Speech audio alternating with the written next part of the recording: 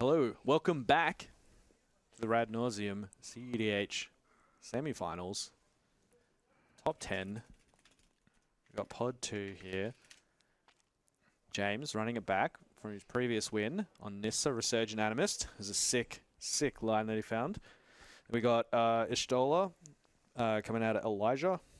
And then Aston on the Cabbage Merchant. And John Kinnan.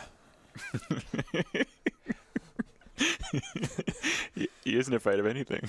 You got Nathan and Fred here again. How's it going, everyone? Look, oh my god, the callback. So real.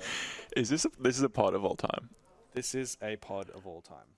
Basically 3 mono green decks. And Yshtola.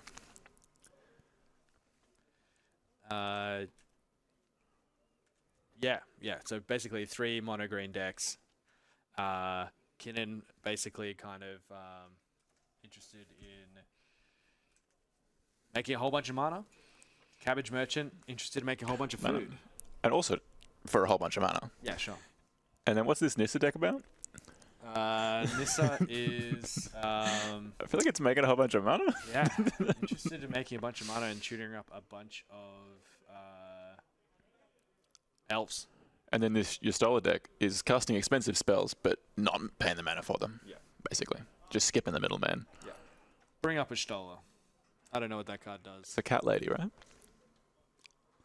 Alright, Yshtola. Beginning of each end step. If a player lost 4 or more life this turn, you draw a card. This is like worst Hellion. You got 3 colors though, so it's better. Whenever you cast a non-creature spell with mana value 3 or greater, everyone takes 2, you gain 2. A little mini lightning helix. Look, I miss Talion. We were just chatting before off coverage.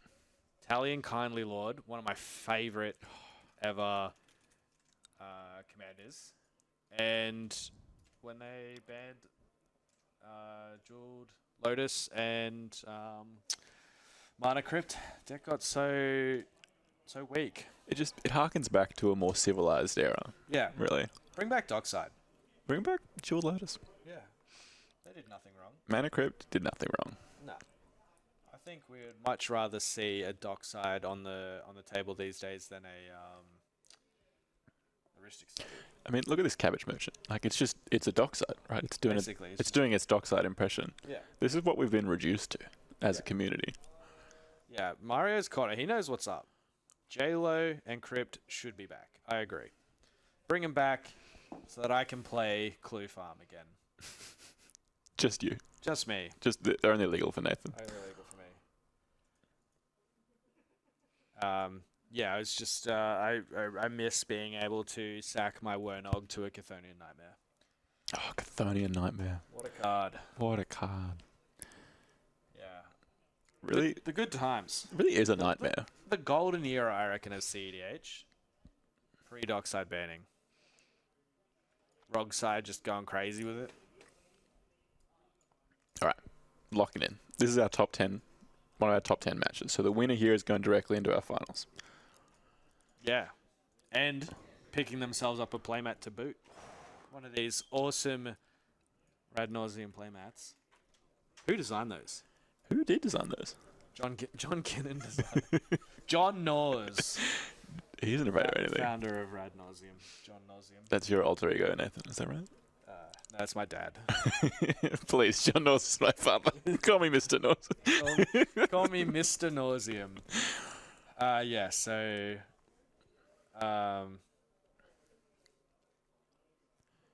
Who are we favouring out of this lineup?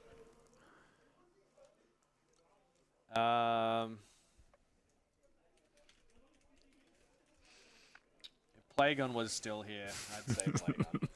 I mean, the obvious... like I reckon it's seat 1 Nissa. They just go so fast. I mean, we've got one deck with presumably more than 5 pieces of interaction in this pod. Yeah. In Yshtola. So are they going to have enough interaction to deal with all of these, green go big creature decks? Or are they just going to be overtaxed immediately? In which case I think they're going to be overtaxed immediately. And everyone is just going to try and do their own thing. So I think when you're the single blue player in the pod, like I guess Kinnan kind of is a blue player, but not really. Yeah, barely. When you're the only blue player in the pod, you kind of have to, I guess, lower yourself to the level of these other players who are just going to try and do the thing and not really care about what you're doing, and play a game for yourself. Mm-hmm. If you do have a counter spell, what you're going to hope to do with that counter spell is put it on the stack at the absolute last second that you can. Let everyone do everything. If Kinnan jams a Ristic Study, let him have it. Just like the only time that you're allowed to use your counter spell is when you're going to lose the game. Yeah, I think that's probably the case. So you treat your counter spells as last resorts or as ways to protect your win, and you hope that that will make up for the fact that you've got less slots dedicated to just pushing your own agenda. So all of these kind of green decks are just trying to do their own thing. They're barely, pausing to stop their opponents. So you got to convert your interaction into protection to kind of keep up with them in that sense. Yeah, it's going to be definitely interesting to see where Elijah chooses to fight, what battlegrounds. But we've got is that a 4 from James? Yeah, it looks like a 4. And that is a turn 1 draw, so we're off to the races. Yeah, so I guess in C1, you kind of want to go for a, is that like a petrified? That looks It's like an Eldersea land, right? A petrified something? Deserted Temple, maybe?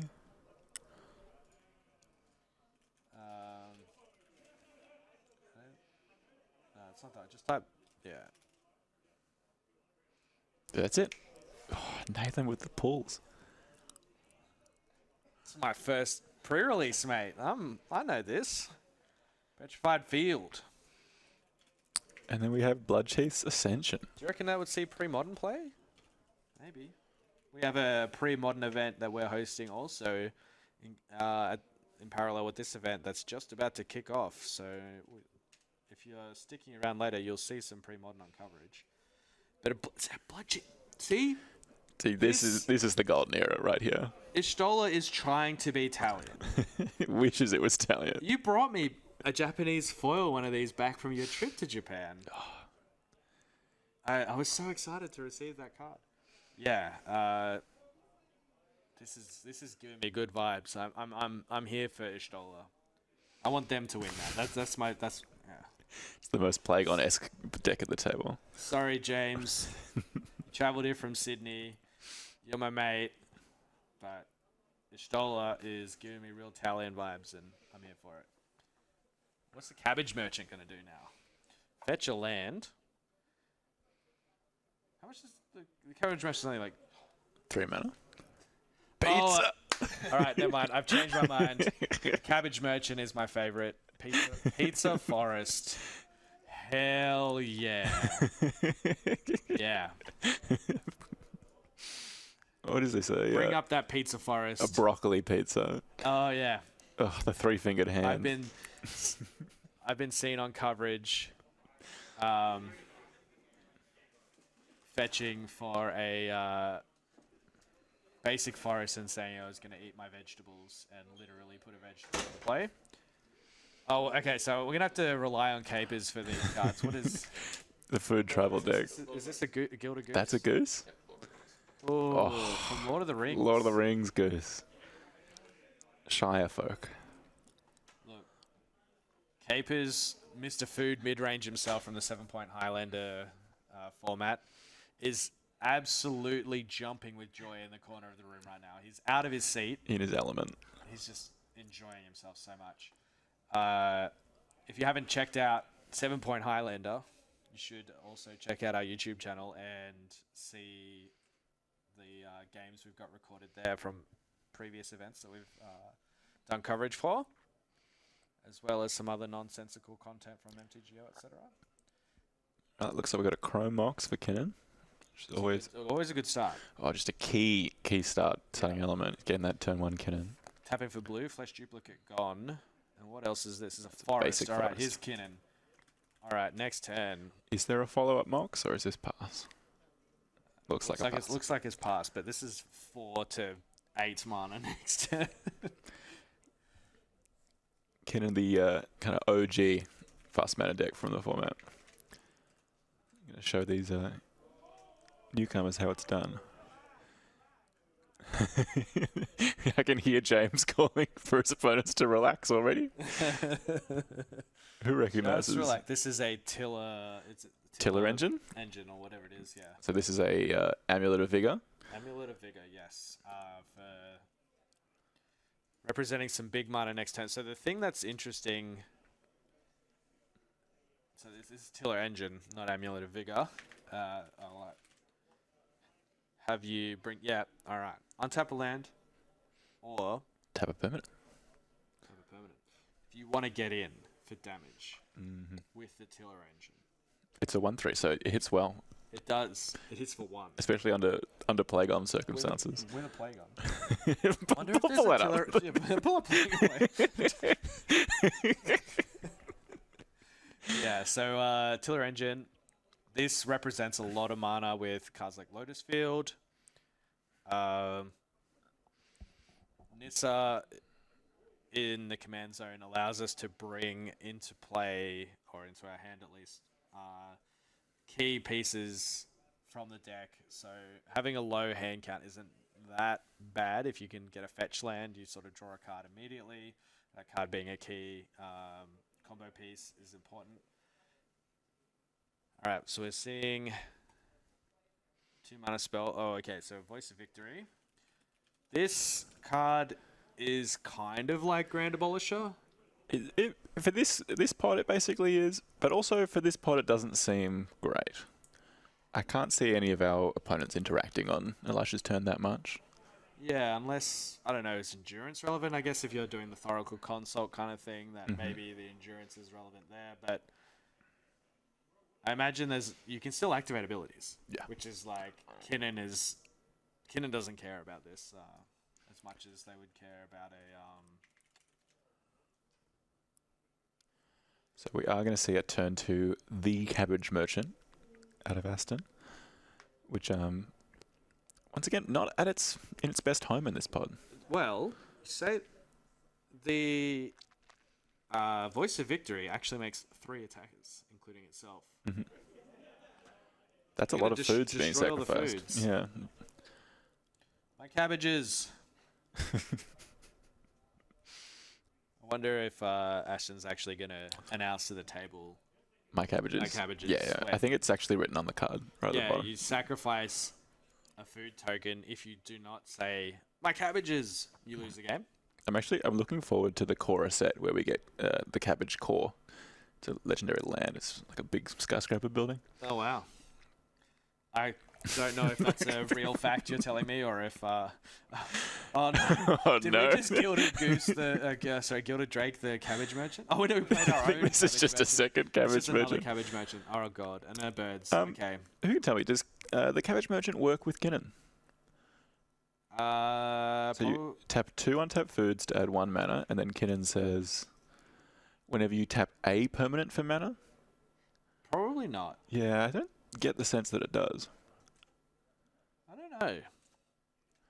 It's either way, a lot of mana is very important to the Kinnan deck, even if it's not doubled. Maybe he just wants to crack the foods. Yeah. Maybe life is important. Yeah, Kinnan deck. Okay, so we are seeing a Sunbaked Canyon into a Nissa. So that is the win con that we saw in round 4 out of James's deck. It's the land that when it comes into play, it deals 1 damage to each opponent. And then the Nissa with no additional lands is probably going to be a pass from here. Fetch land next turn does get spooky, but not a lot of cards in hand to sort of do anything with the Yshtola necessarily. But is Lumra also an elemental? It is. Ah, I see. So maybe they start just popping off immediately next turn if they have a... I mean, a fetch land is 6 mana. Yeah. But we also, we have at least 1 elf in James's deck. I think there's 3 targets for this ability. So Yshtola is one of the big ones as well. That's the combo we saw last game where the Vesuva can copy a Lumra. Either way, looks like we have a counter going on the Blood Chief's Ascension from our attack, and we're back to Aston's turn.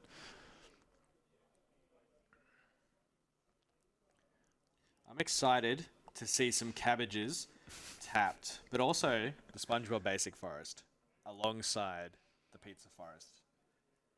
Mismatched basics and also heinous basics. So that's an A plus B. Now we have. Do you know what this Haywire Mite can do? I think it eats a food, right? It can eat foods. That's pretty impressive for a little Maya. You eat their food, and then you gain the life, not them. You steal the food. Yeah, basically. You're basically paying 1 mana, exiling their food, and gaining the life yourself. Wow. Anyway. Maybe it could be used to kill the Chromox instead. That's probably a better target. John Valjean kind of move. Potentially the Tiller Engine. Or the Bloodchief's Ascension. A lot of spicy targets. A lot of targets for this Haywire Mite. So this will probably become a key piece of politicking later. But in a game like this where you have limited interaction, holding that Haywire Mite is going to be very important. Yeah. I think at the moment you're kind of like fine to let... oh, okay, never mind. So this this is... Dizzy Spell. So it's been transmuted for a 1-mana spell out of John's deck. So I'm assuming that's going to be some kind of Mana Rock, Mana Dork kind of situation. Yeah. Could be a Mana Vault. Could be Mox Opal. No, it has to be has to cost 1. Oh, it has to cost 1. Yeah. Exactly, 1. Sure. Not 1 or less. Sol Ring. Sol Ring's a good option. Yeah, there's a lot of rituals when you have a Kinnan in play. If you need coloured mana, it could be a Springleaf Drum. Yep. Could also be interaction, getting a counter spell. Could also be a Mystic Remora. Mystic Remora is an option, but you know, outside of Yshtola, many of these players won't be casting a non-creature spell this turn.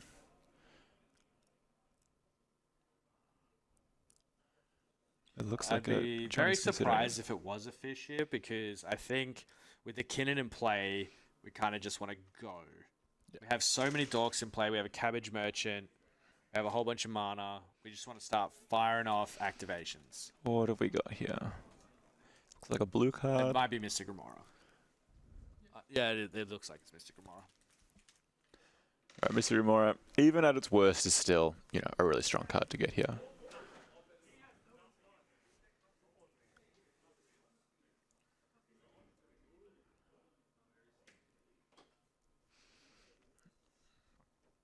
But yeah, like we saw in the last turn cycle, these Cabbage Merchant players made 1 food. So we might not be getting that many draws off our Mystic Remora. Yeah, but...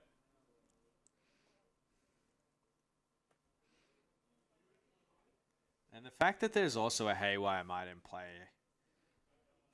I don't know. I'm not sure I agree with the Mystic Remora, but here we are. See Aston just supplying a full 100-card deck of food tokens. His second deck. Just to flex. What's the best food token? We've had this discussion before. Capers is pulling it up. Bring up the best food token.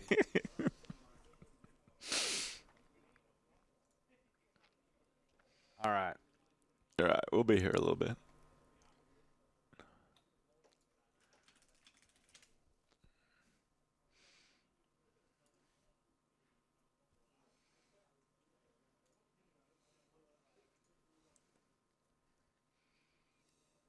Whoa, there are some cool food tokens. Surely it's the SpongeBob hamburger food. All right, we'll just pretend there's a SpongeBob hamburger food.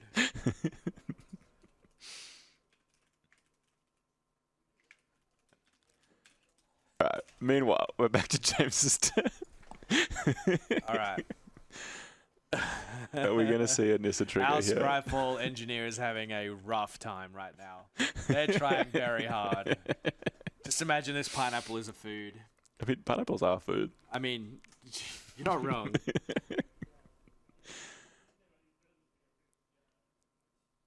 So it looks like the Kinnan in Seat 4 is probably doing the best out of everyone.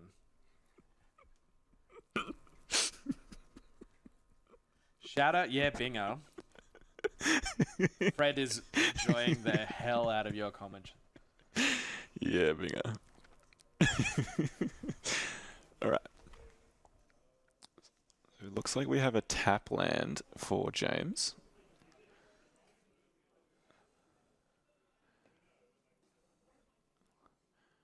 We're going to see a Nissa trigger for 1 mana.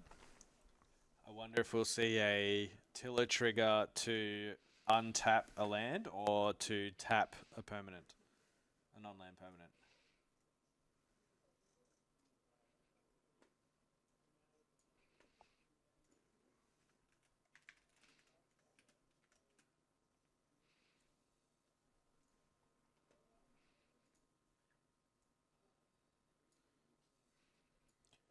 Thank you everyone for the follows on our Twitch. It really helps out. If you are considering following, please hit the button. We appreciate that a lot. If you haven't checked out our YouTube channel, please check that out also. Yeah, binger! Hell yeah. Thank you.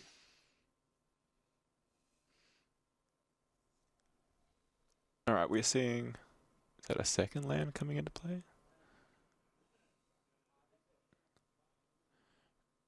What is this? So these are mana.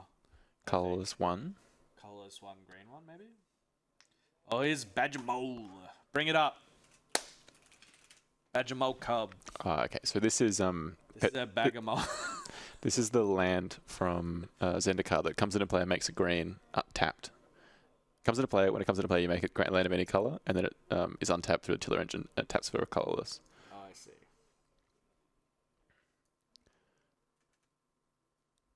So that is paying for this Badgermore card, which is then animating that land.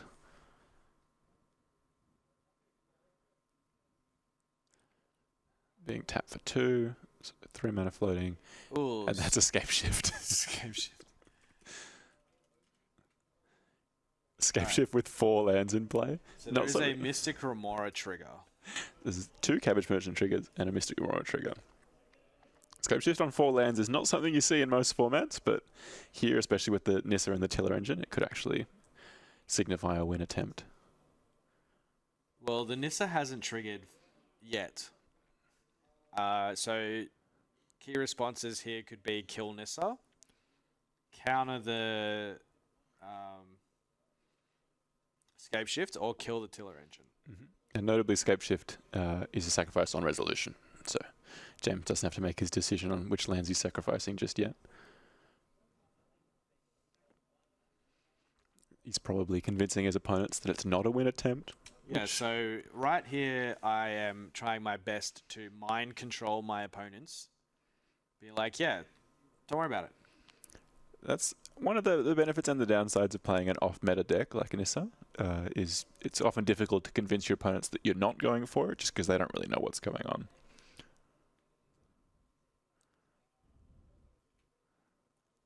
Aston is also from Sydney, travelled down with James, so they know what James... He knows. He knows what's going on. He's going to be telling the table, no, don't let it resolve. Counter it. I'm not going to counter it. Cool. So what could happen here is you could sack the Haywire Might in response to kill the Tiller engine. Mm-hmm. So that's face-up interaction on the board. I would probably, if this is going to resolve, I would probably be doing that. So we're just sacrificing the 1 land. The 1 Badgermore Cub land. So we'll bring a land into play, and we'll bring back the other land. So Verdant Catacombs, sweet. So this is basically, James is just saying to the table, look, I'm just going to do these things and then pass the turn. It's like a value Escape Shift. It is, but it finds both halves of the combo because this fetch land next turn is going to represent things. So we missed. Let's just hope that James remembers his Badgermore Cub trigger. Yeah. It doesn't look like they have, and I think if they go too far, it will be a missed trigger. Obviously, we're not going to go out there and tell them that they've missed that trigger because that would be outside assistance. Absolutely. So if you're not following the game rules, then we'll get a judge to stand in. But if you've missed your own triggers, that's on you. Something you can do, and that is on you. But notably, he's not missing his Nissa trigger for mana, and he's not missing his Nissa trigger for revealing until he finds an elemental or an elf. All right. So now all lands are basics. All lands in the deck, and lands you control. So that means that any search for a basic effect can now go and search for Cradle, for example, or any of your combo lands, Vesuva. Does the Shire see creatures in your deck as lands also, or is it just on the battlefield? I think creatures in play.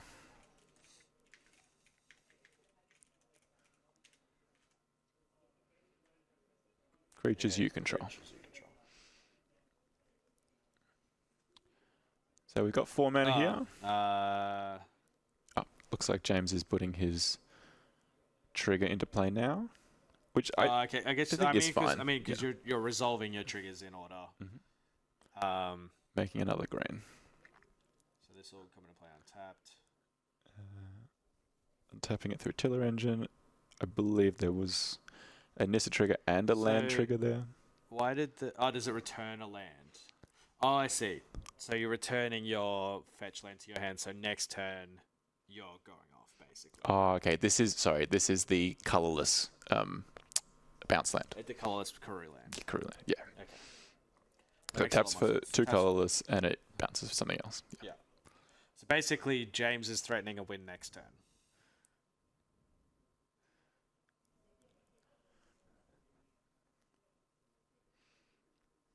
And Voice of Victory getting in on the Kinnan player.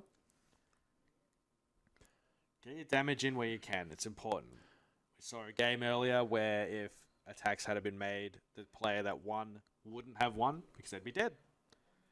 So it's important to get your damage in CEDH. Commander in general, attack your opponents. You've got an extra incentive here because of these food tokens. And also you want to turn on this Bloodchief's Ascension. Absolutely. It's important. Bloodchief's Ascension notably would kill James if he tried to come off, right? Mm-hmm. So a card is put into an opponent's graveyard from anywhere, drains them for 2 once it's turned on. So all of the Limera combos involve repeatedly putting lands in and out of the graveyard. And you would just incinerate yourself. I'm excited to see if James actually does go for it, doesn't realize what's happening. I would be devastated for him to lose it in that sort of way, but it would also be one of the funnier outcomes. So I think I'm here for that also. Yeah. One of my favorite things about CEDH is sometimes you have to play in these horrendous situations where you have an infinite combo that you can only do 6 times because of a card like Bloodchief's Ascension, and you have to find some way through in that like the first lot of triggers. But it is turned on now, so we have a whole bunch of damage triggers to keep track of for the rest of this game, potentially. And hopefully our opponents don't take damage from sacking their food tokens, because they're not cards. They don't trigger Bloodchief's Ascension. They are sources of life gain. So maybe if it gets down to it and everyone's been pinged by this Bloodchief Ascension enough, the foods will save our green players. Yeah. I remember when Dockside existed, learning that cracking the treasures didn't kill my opponents with Bloodchief's Ascension, which is an important one to know.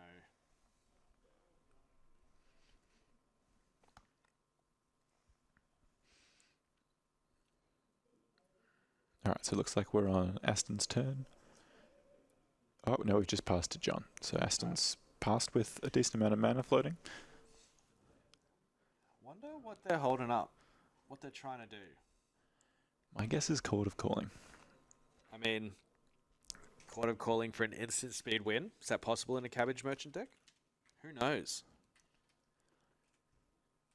Yeah, this Cabbage Merchant deck is a bit of a mystery. Obviously, it makes a bunch of mana, but outside of that, is there a synergy with the Commander, or is it just trying to win with green combos that require a lot of mana? Green combos that require a lot of mana are very popular at the moment. I mean, just look at our table. Yeah. Gaia's Cradle, hell of a card.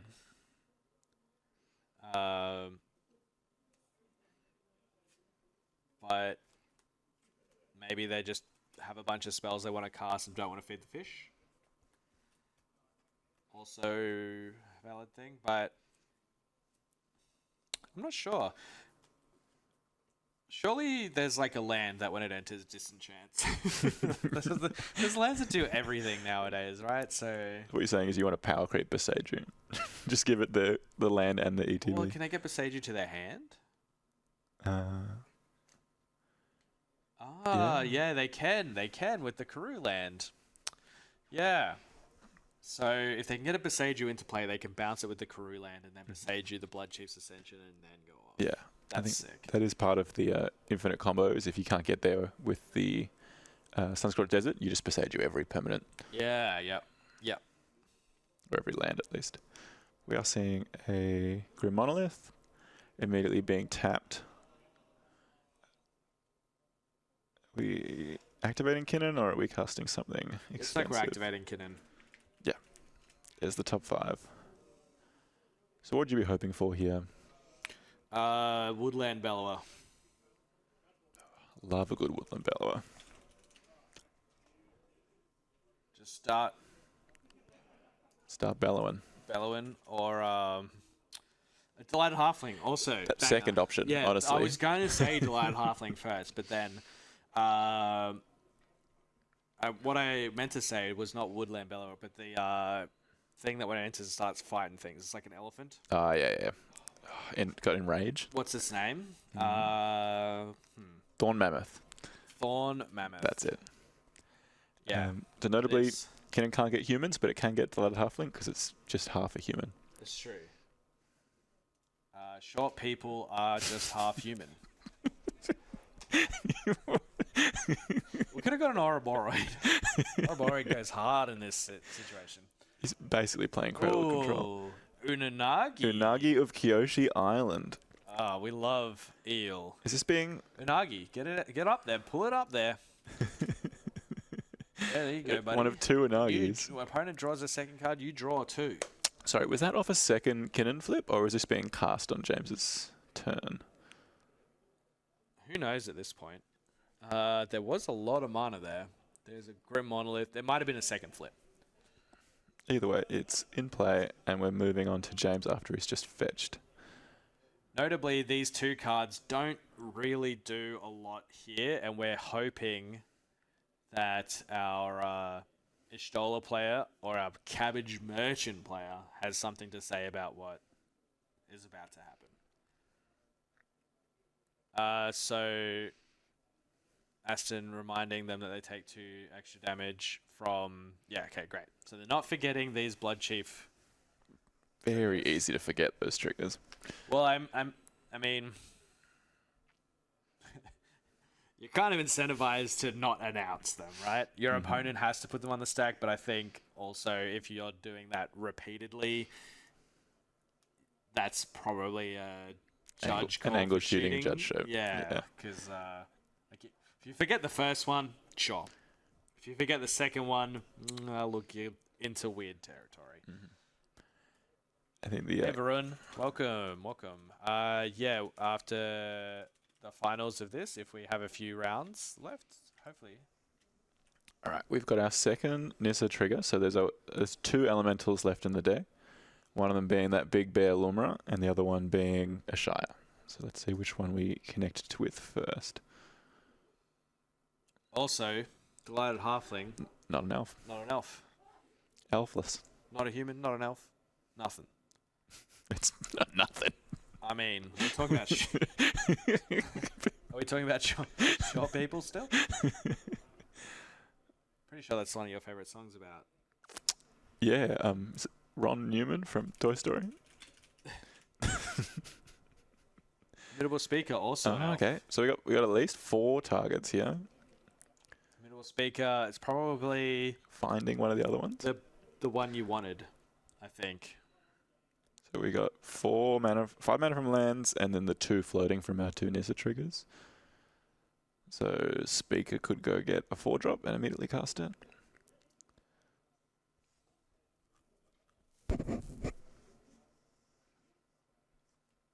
What are you tutoring for? I mean, Lumra?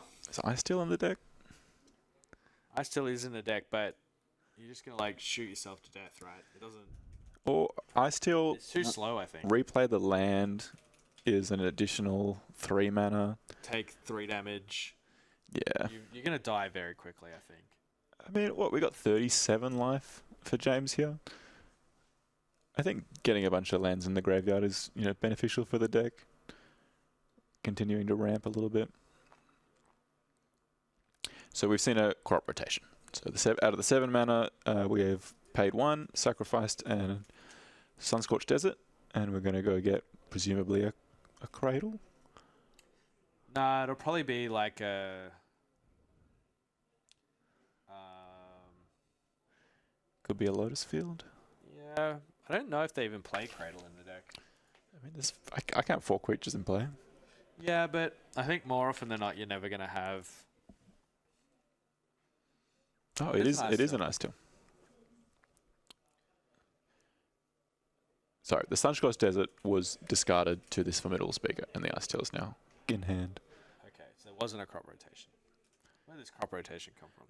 I think I just hallucinated it. Yeah, okay, fair enough. It's one of the issues with these new AI models. Yeah, look, I was just going to say, Rolling Walnut, if you're ever watching this back, you need to do some work on improving our AI casters.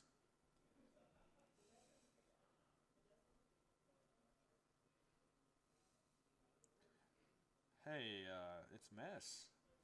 Shout out Cradle Control Enjoyer Mess.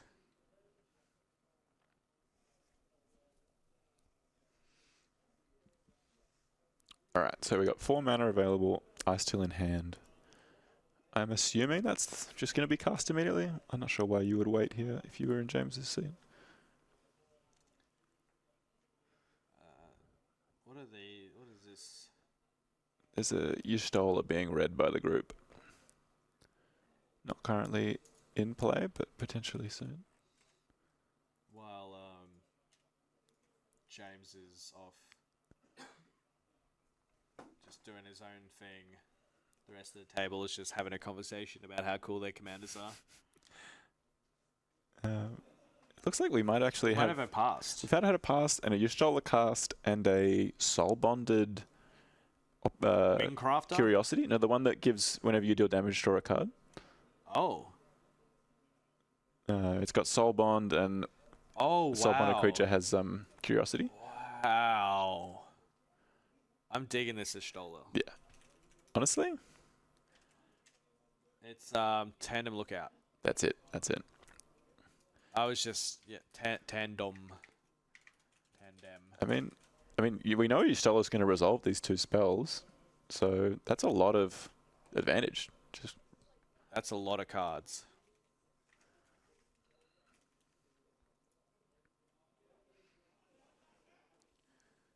So we're seeing a finale here from Aston.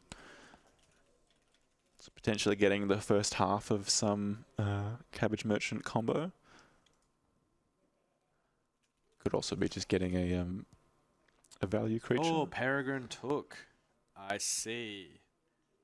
Yeah. No, I legitimately think I have seen this. What's better than a bunch of food? More food. Just more. Second breakfast, literally.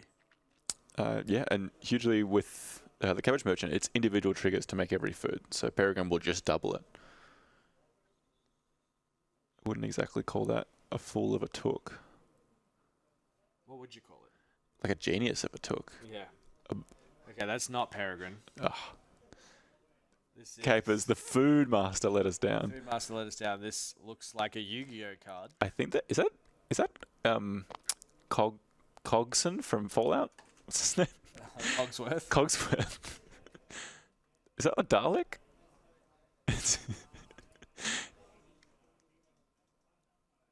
one of the two. We might have to send our field. Capers, pull that shit up.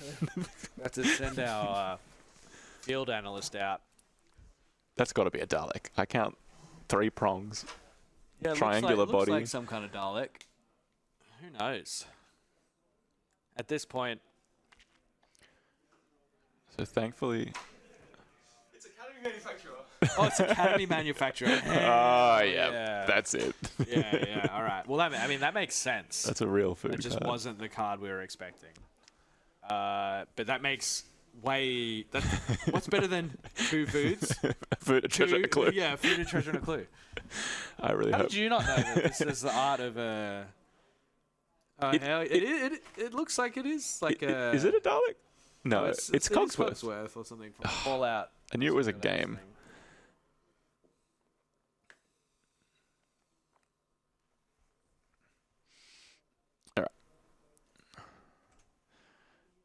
So, Cabbage Merchant is going to be making a lot of permanents, most likely. We've got a Mystery Mora being paid for. I don't think this fish has drawn that many cards. I reckon like 3. Yeah. There's 4 foods there for Aston, so yeah, maybe 3 cards.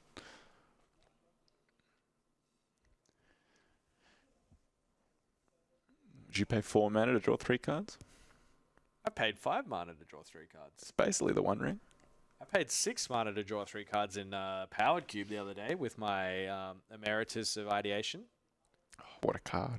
It's garbage. Yeah, it's not good, but it's fun. It's so bad.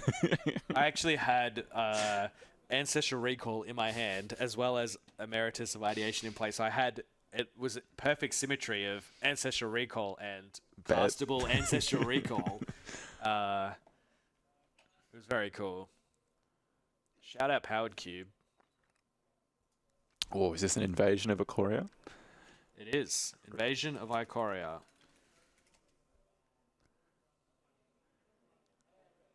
So, this is being cast for, I'm counting at least, is it 4 mana? 1, 2, 3, 4, 5 does was Kinnan spent. play Seedborn Muse still? I think most lists do. I'd say the average Kinnan deck does, and it would be, pretty good on this board state. Yeah, well, not many people doing a lot of things. Everyone is sort of getting to the point where they're threatening to do the thing. I think this is most likely getting Enduring Vitality, is my guess.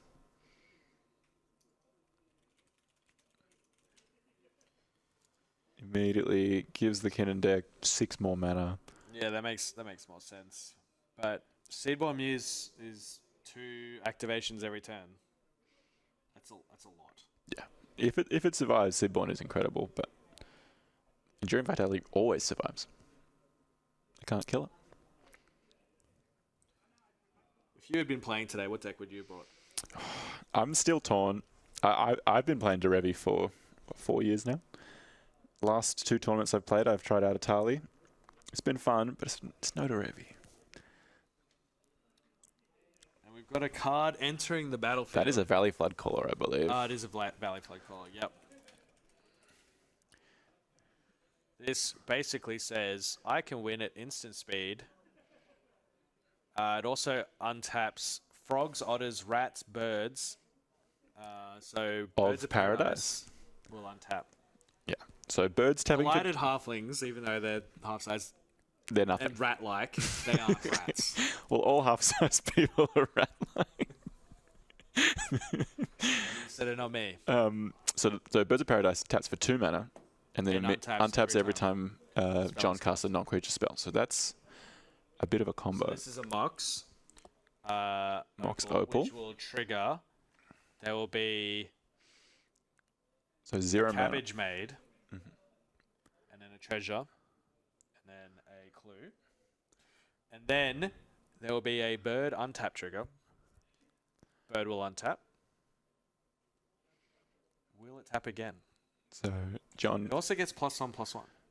which might be relevant if he's got some kind of loop. Well, if you can do this infinitely, you can make infinite mana, and then you can punch your opponents to death. With a flying creature, no less. But here we got Mox Opal as a 0 mana +4 mana ritual. Yeah. Which is We've got an Unagi pretty incredible. coming in. Attacking Aston. Will trigger the Yshtola. Yeah, so I think that's what Aston's saying. It's like, don't attack me. You're going to draw this person cards. But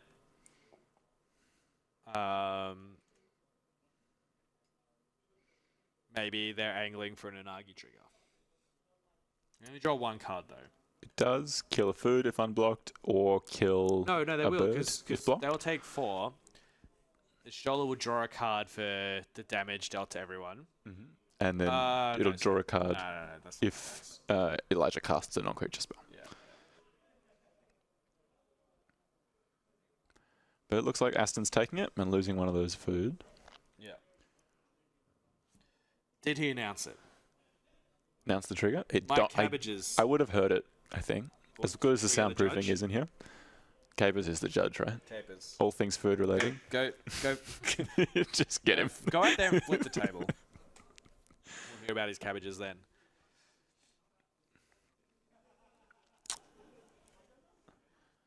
So we're passing. Passing. Looks like John is holding up a Kinnan activation. I count 1, 2, 3, 4, 5, 6. There's 4 foods. 7, 8. 8 mana. A lot of mana. James might feel pressured to just go for it here because Kinnan and the Cabbage Merchant, Just building up so much value. John and Aston, they're gonna just destroy if they get another turn, I reckon. They've got a lot of resources. Although, how does James go into this Blood Chief's Ascension? We're just hoping for that Beseiju, but there's just so many cards on our opponents. I think they might have missed. If they could have gone off earlier, perhaps that might have helped. Right. Immediately floating a color, two colorless. colorless. Activating, untapping. So the speaker 1 colorless. essentially taps for a colorless here.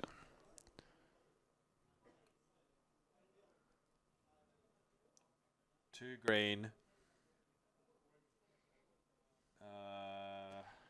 There's the Yshtola.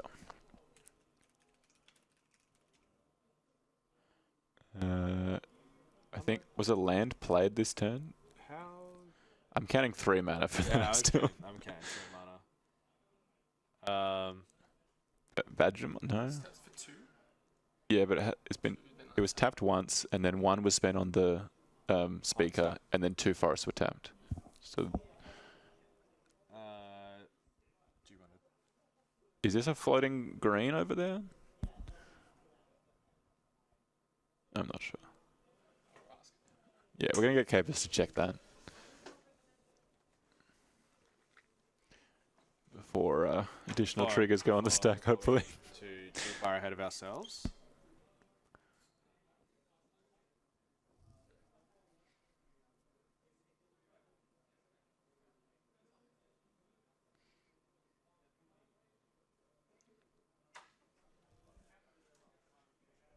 Alright, looks like we're all good. Yeah.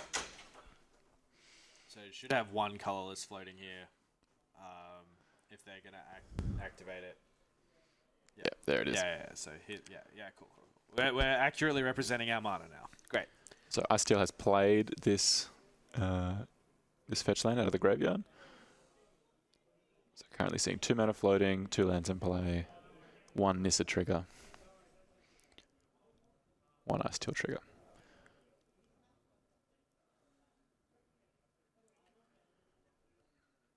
Still have like 33 life, so you can take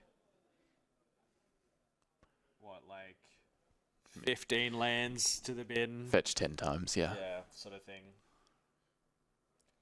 We are seeing a fetch here, so that obviously costs 3 life.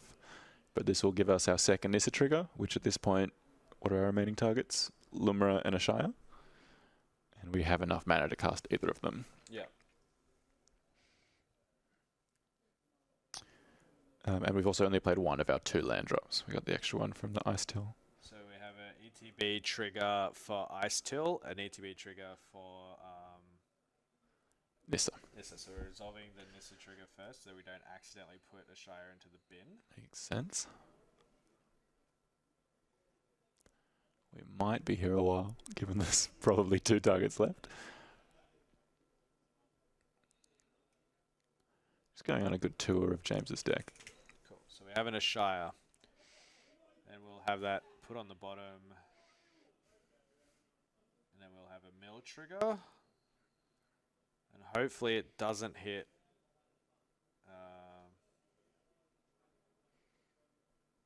Mill trigger. Alright. Random land. Is that a Broker's Hideout? It is. Wow. Every fetch land in the deck. Well, it kind of counts as 2 land. It's like literally land, fetch immediately a land. So Hugely powerful. hugely powerful. But there we're seeing an Ashaya cast, which will immediately give James 4 new mana dogs, and all those mana dogs will tap for double green because of our Majamol cub. Tried a Shire out in Cradle Control. Coward. I think we might be onto something here. The CEDH players might have some new tech for you, Capers. So, not a counterspell pod, but let's see if they can find one for this Shire.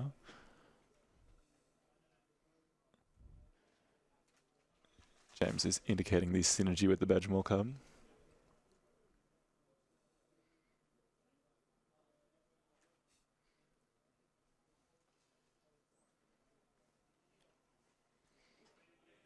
Opponent asking to see the graveyard.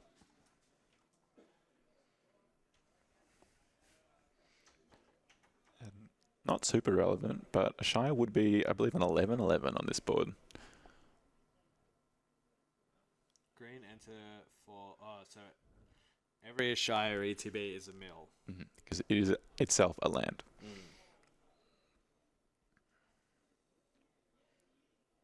It also enters untapped. If it would ever be tapped for any reason. True. We just need to add like a Tyvar effect here. This is the new green dude. What's the new... Shang-Chi, right? Yeah. Or is it Iron Fist? Yeah. Is the one from Marvel in here yet? Don't know if that one's been officially spoiled. I mean, it's going to be... It has been officially spoiled. Oh, really? Oh, wait. No. You're right. It was an unofficial... All right, so we got tapping for 3 green here.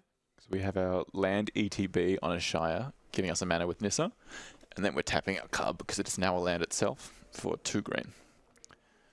Here's a collector oof. Whoa. Does that stop the Cabbage Merchant? No. So we have one of the classic interactions here. The Cabbage Merchant has this ability. So it is tapping the foods for mana. The foods themselves, they can't make mana. So Can't tap the treasures that are being made with the Academy Manufacturer or sacrifice for the clues. Absolutely. Also can't tap the Mox Opal anymore. So they might actually be not having enough mana when this resolves to flip Kinnan. So they're kind of being priced into flipping Kinnan. Also, Halo Might's off. So a lot of relevant abilities are going to be shut off if this Collector Oof resolves. So if I'm James, I'm saying, hey, your Halo Might is going to be gone. You should blow up the Blood Chief's Ascension. Although if I'm Aston, I'm going to keep that Blood Chief's Ascension around because it stops James. Yeah. I'm probably blowing up the tiller engine. Yeah. But also, what's kind of interesting about this is that we could have used if James did go to like 2, we could. Oh no, it exiles. It would have exiled the Haywire Might exiles the thing, so you wouldn't have been able to put a thing in the bin. Oh, it's a non-creature. Duh, you can't kill the tiller engine. Yes. So we have the Collector Roof's resolved here. Yes. Which is surprising slightly, but we did see John float all of his mana from the Mox Opal beforehand, and I guess we've seen Aston just accept that he's not going to activate any of these artifacts. Yeah. Notably, Elijah has 2 mana rocks up there. Kinnan has, I think, just the 3 that would have untapped, but they're all turned off now. And also the Collector Roof is a land, so it's made an extra mana through Nissa. Where do you go from here, though? We don't have a lot of... So we're still seeing 6 green. We are seeing our second land drop of the turn. Depends on the cards in hand. It could just be here's a bunch of stuff and I'm going to pass.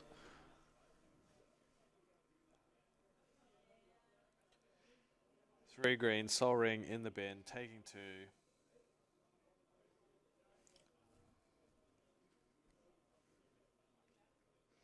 And then we're passing. All right. So James threatening to go off next turn, but really... I think, yeah, James just needs that Nissa trigger to go off. Yeah. And at this point, there's not much that's going to stop him from getting it. Outside of a board wipe. People don't run those. Yeah, I mean, why would you kill creatures, right? You're just going to be this Yshtola player playing into 3 creature decks.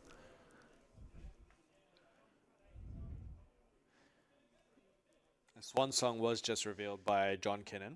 Is John going to activate his Kinnan? with this 2 floating green, or just let it lapse? Looks like we're seeing a Kinnan activation on James's end step. Well, I think it was Second in main. response to the trying to change phases. Mhm.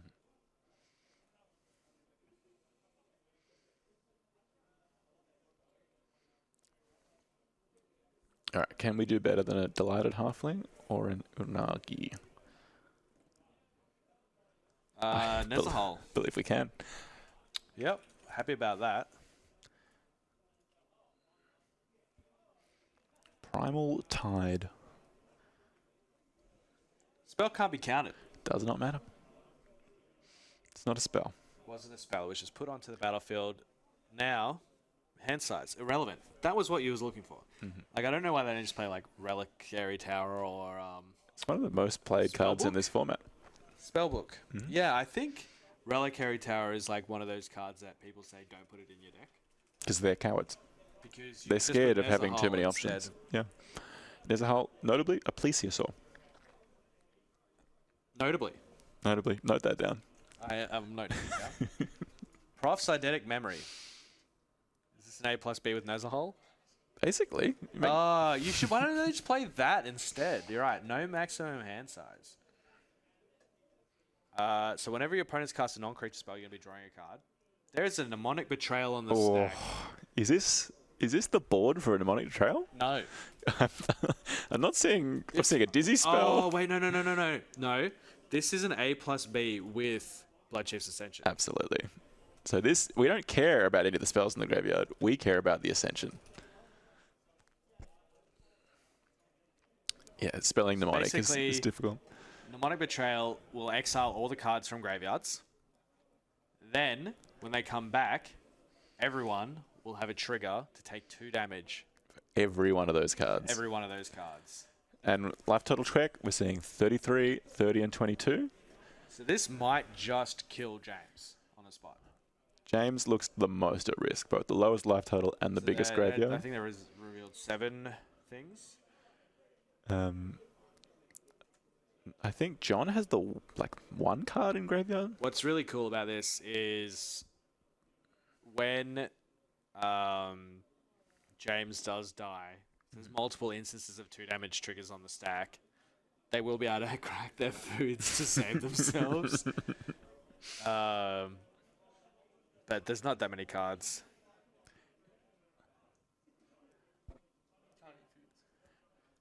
Once James is dead, they can eat foods. They can eat their foods.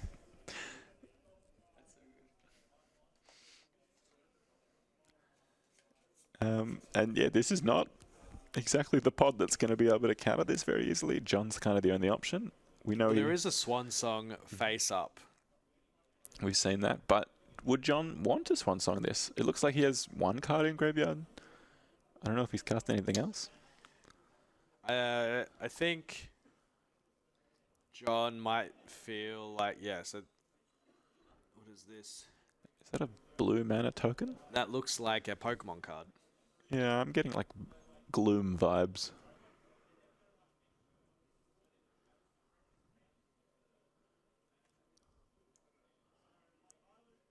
Okay, so we're resolving this Mnemonic Betrayal. John, seeing that 1 card in his graveyard, he's not scared, and he's happy for James to potentially be knocked out of this game. I wonder if the Yshtola players actually... I wonder if the people at the table actually figured out what is happening with this Mnemonic Betrayal. This is not a very common way to kill No, them. absolutely. It's not clear, by the way, the cards are written out either. Elijah can cast a 1 mana worth of these cards, and it looks like it's going to be James's Soul Ring, which is interesting. Notably, these spells can be cast with any color of mana. But not 1 at a time. But also, Nezahal is going to draw a whole bunch of cards.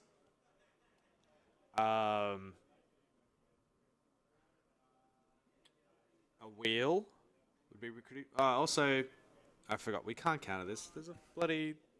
Oh, there's Voice of Victory. Voice of Victory. Yeah. Anyway. Of course. Swan Song, We irrelevant. missed a key piece of information there. So... We're seeing some food tokens made. Warrior tokens. We're seeing made. some I'm card not sure why draw. there are warrior tokens, but okay. All right, they're back. Some clues. Back to clues.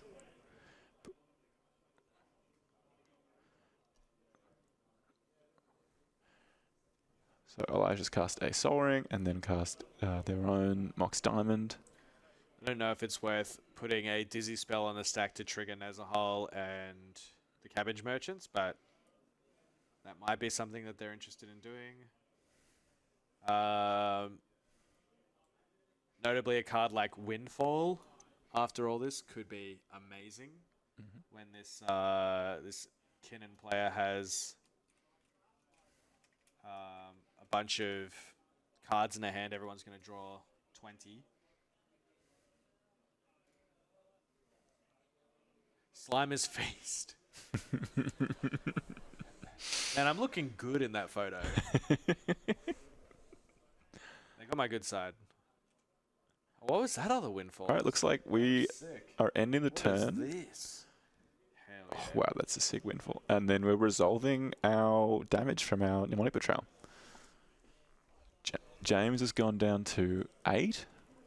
And then we got 26 and 24 for John and Aston. So very much in the game. And they're going to have Some Yshtola triggers. some draw triggers.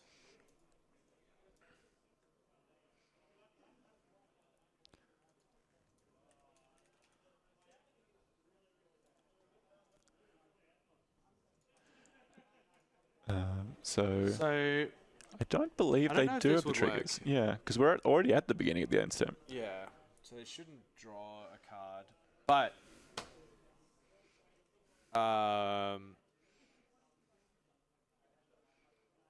the 2 damage from each spell cast was probably what like. Oh, we I feel saw. like there's a yeah. lot of life missed. Yeah. Or it's 60s. Mnemonic Maybe, Betrayal yeah. would have triggered it, but I don't think we had Ah. a second 3-mana spell being cast.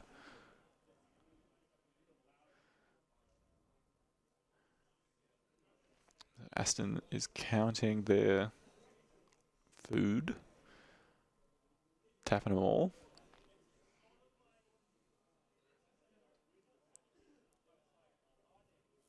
That's 10 food. I am digging this Yshtola deck though, but Looks like we are casting a 5-mana is that Rings artifact. of Bright Hearth or something? What is that? Is that? Oh no, it's like a thing from. Is it from Mirrodin? Like, I was guessing from War of the Spark, like Bolus's. I think it's from Mirrodin. It's like, We might have to send our some field arti- agent. just search for artifacts from Mirrodin. Surely there's not that many.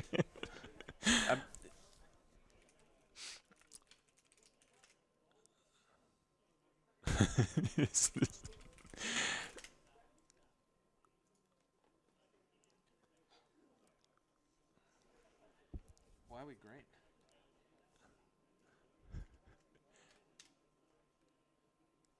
You want T-artifact. That'll give you type.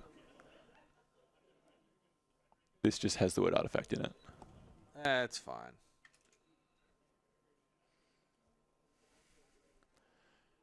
Alright, so it's got a split down the middle, 2 circles. We're currently scrolling through every artifact from Mirrodin. Next page. I'm pretty sure I'm not crazy. It's Mind's Eye. Thank you.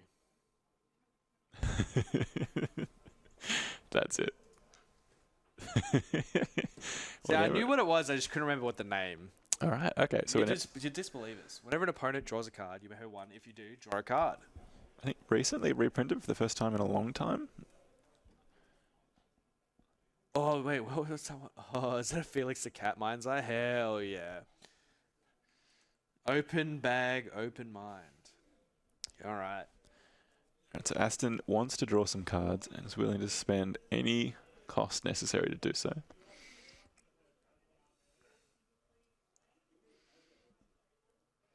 Yes, universe is beyond tribal. Yeah, send it. That's our aesthetic. Currently in front of me right now, I have a Yuna's Holy Magic, the Imperial City of Arcades, a Preordain from some other crazy thing, a Uro and an Ice Fang Coatl, and they're all crazy arts.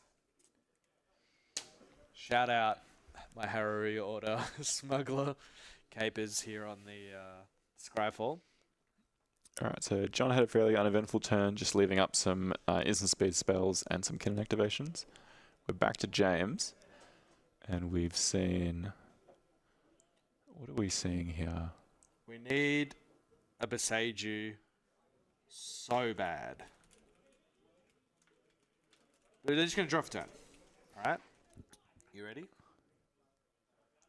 I'm manifesting it into the top of your deck, James. I guess we're still in John's turn. That's why James hasn't untapped. He's considering going to combat. Attacking James. Nezahul's a good attacker.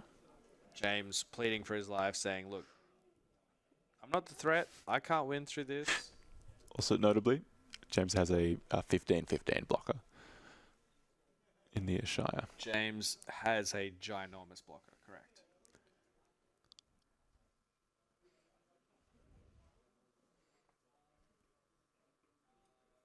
I mean, you may as well get in where you can.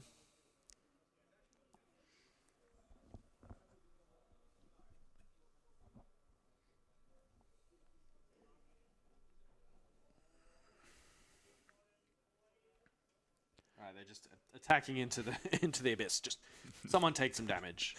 I don't care who it is. Attacking Yshtola makes sense here, just because then Yshtola's not going to draw any cards. Their life total is so far ahead of everyone.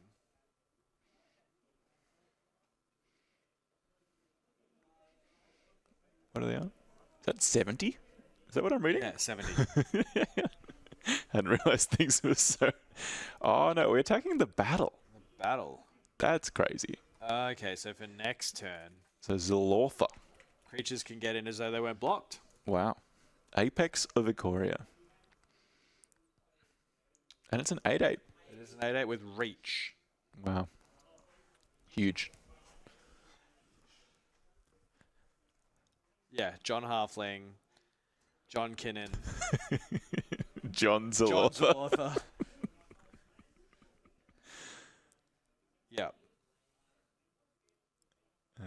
Is this a fetch land from John? John fetch land? John Fetchland.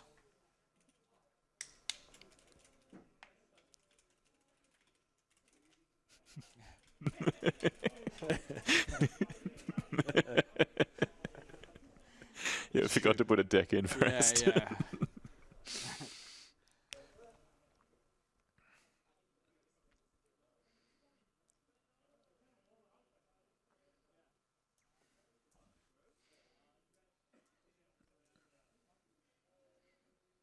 All right. Let's see some game-winning actions. That's what I want to see right now. Someone win.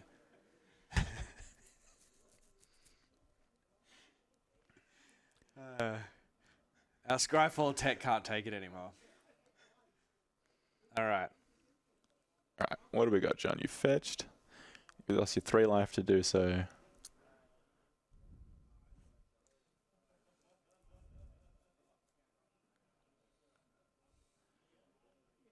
One green mana.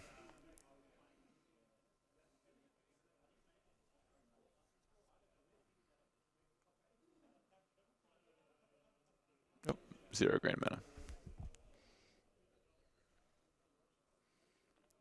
I'll go to discards. This, notably, the downside of drawing a lot of cards. So you're going to take a whole bunch of damage in your end step. Take an 8. 8. Boom. Just because you didn't want to cast anything. Well, you couldn't necessarily.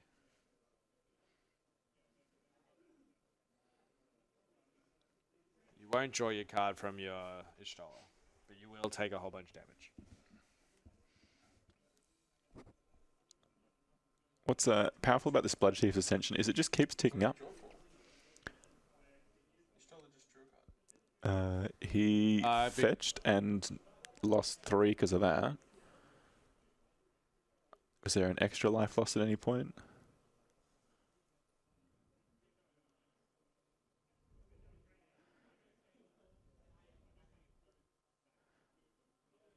I didn't see I think our players are discussing this right now. Looks like Elijah has drawn a card which shouldn't have happened through the Yshtola.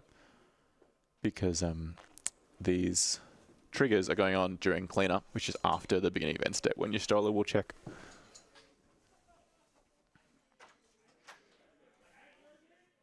We're sending our runner back into the field again, just to clarify what's happened here.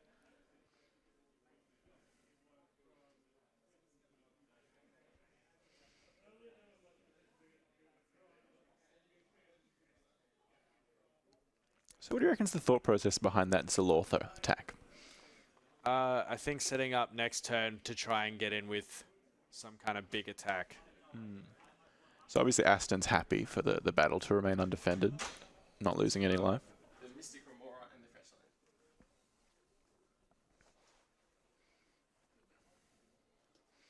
Just had a clarification, John let his Mystic Remora die that turn, so that's 2 cards that have gone to the graveyard, 2 triggers for the Bloodchief's Ascension, and 4 life for the Yshtola.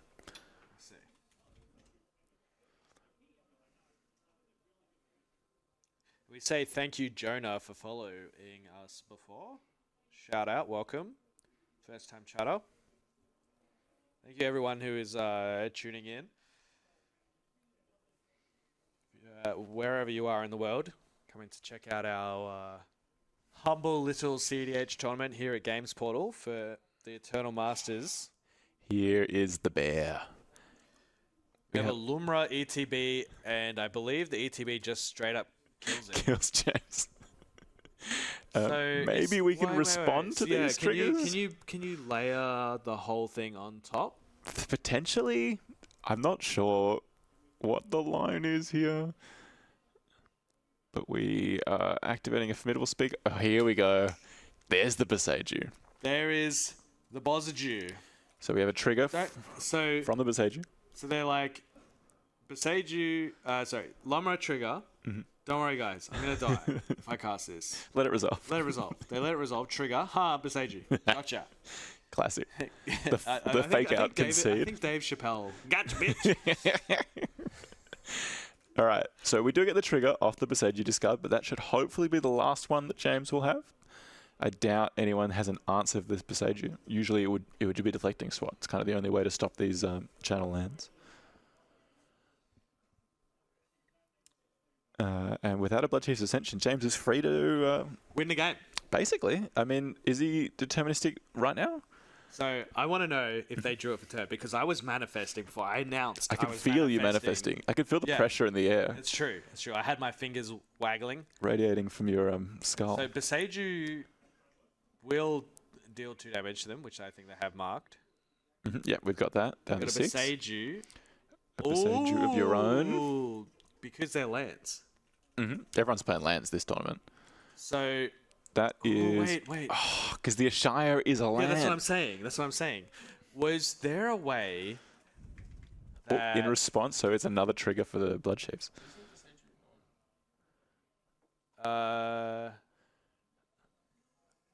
Non-basic land. Oh, but they're basic lands. It's not. No, it's not a basic land, is it? Doesn't it's a forest creature?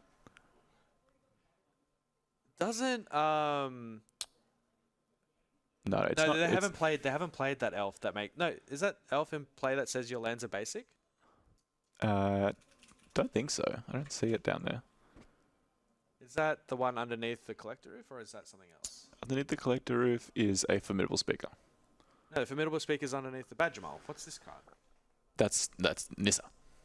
Oh, that's Nissa. Okay, so they didn't. The root path is in their hand. They just haven't played it. No. Okay.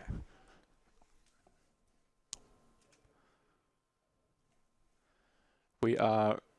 So we resolved the Beseiju, we resolved the second Beseiju, and now we're resolving the Lumra after the Bloodchief's Ascension has left.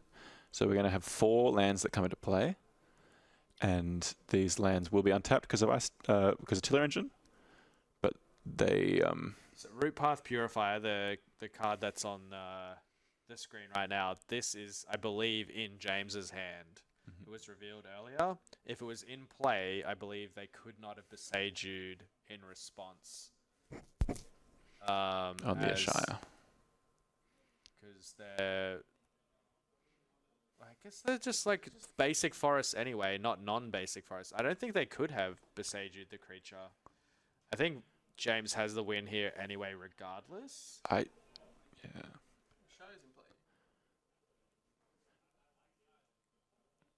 Is it? Which one of these is a Shire? Shire's dead. I think Lumra, Shire was the card that was yeah. killed. A Shire was killed. A Shire, where was you when a Shire was killed? So we're getting an additional Lumra trigger. This must be from one of these lands. I'd be interested to hear Oh, no, what this is the judges Nissa ruling on whether or not they are basic lands or they're non-basic lands. We're resolving the Nissa trigger right now. I don't think they would be basic lands because they don't have... They're not basic lands? Yeah, they're land creatures, right? How can they be basic? Yeah, no, I understand that, but I guess it would specifically say basic lands in addition to their other types. Who knows? Like, Dryad Arbor isn't a basic land, is it? No. No. Not basic looking up. It is interesting though. So if they had have played the elf before, then they wouldn't have been able to get Besaged, but it doesn't look like it's going to matter. So we have a Nissa trigger, which I believe just reordered the deck. And then a bunch of mana made by our Nissa. And this is our second Lumra trigger.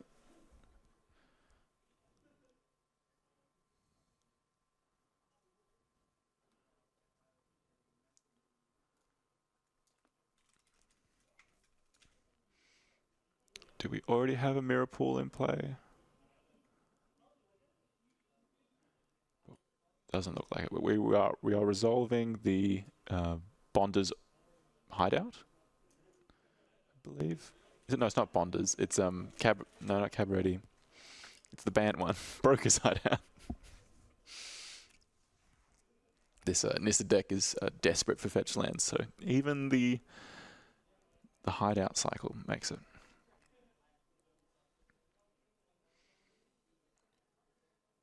So now, where do we go from here?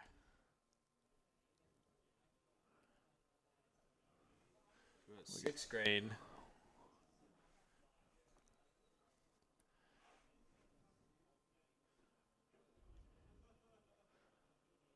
I think the Besage on the Shire might have saved them.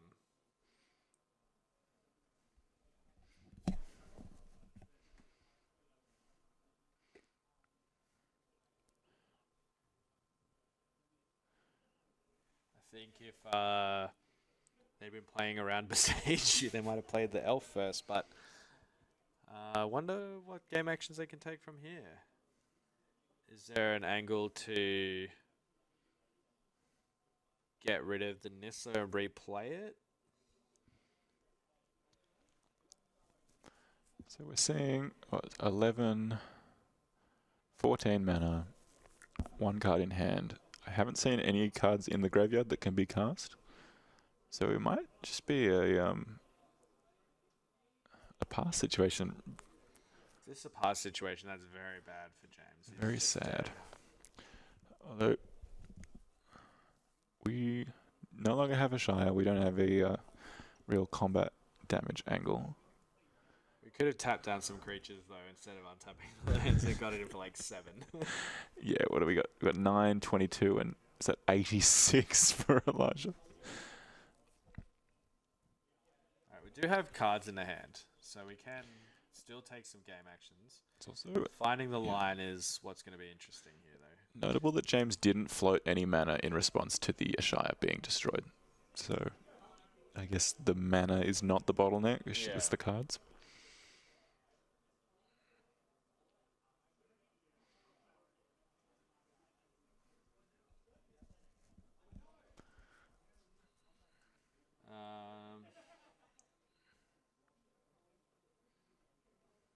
Yshtola has a hell of a lot of cards in their hand, so... Oh, that's an aftermath analyst. Oh, no. I think we have a game. So a number of combos involving the analyst, all kind of powered by the Tiller engine. But it's 6 mana to return all the lands from your graveyard to the battlefield tapped, and if any of those lands sacrifice lands or return the analyst to player, then it forms a loop relatively quickly. So the classic here would be just to play Azuran Orb, so that way you can sacrifice all your lands after you've activated this ability, put them all back into play untapped, and if any of them are able to clone or reanimate or return the analyst, then that'll be our loop. And even without that, you know, I mean, we got Lumra. the Lumra milling off the ice till, like, we'll find the way. So we saw at least one land milled off this analyst. I do wonder if James sacrifices it with no other pieces.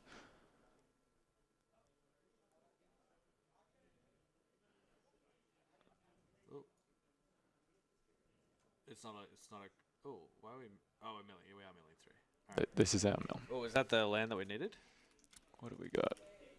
Oh, Is that Vesuva? I think that might be the.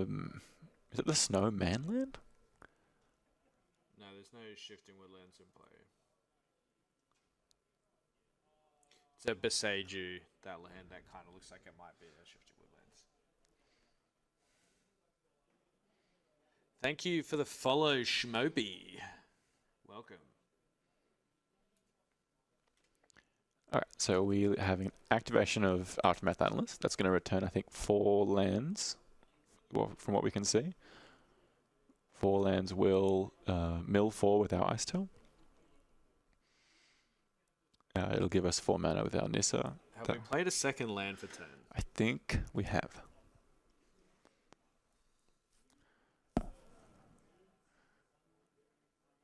All right, so we got the Broker's Hideout. There's a Dryad Arbor in there. But yeah, it looks like just the 4. Are any of our other players going to have something to say about this?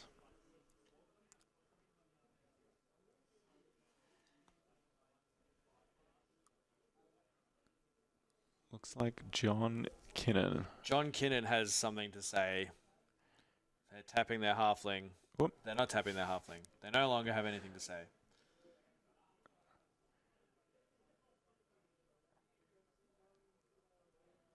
Whoop. Is this a 4 Kinnan mana. activation? Bunch of... Tapping some food. Yeah. There we go. That's our Kinnan. flipping Kinnan. Time to give the Alright. Covenant back their bomb. Oh, it's a whiff. Is that a whiff? Yeah, shuffle them. Oh, we have a game. All right. Endurance is the only thing that could have done anything there, probably. But let's see what happens with this Analyst trigger. All right.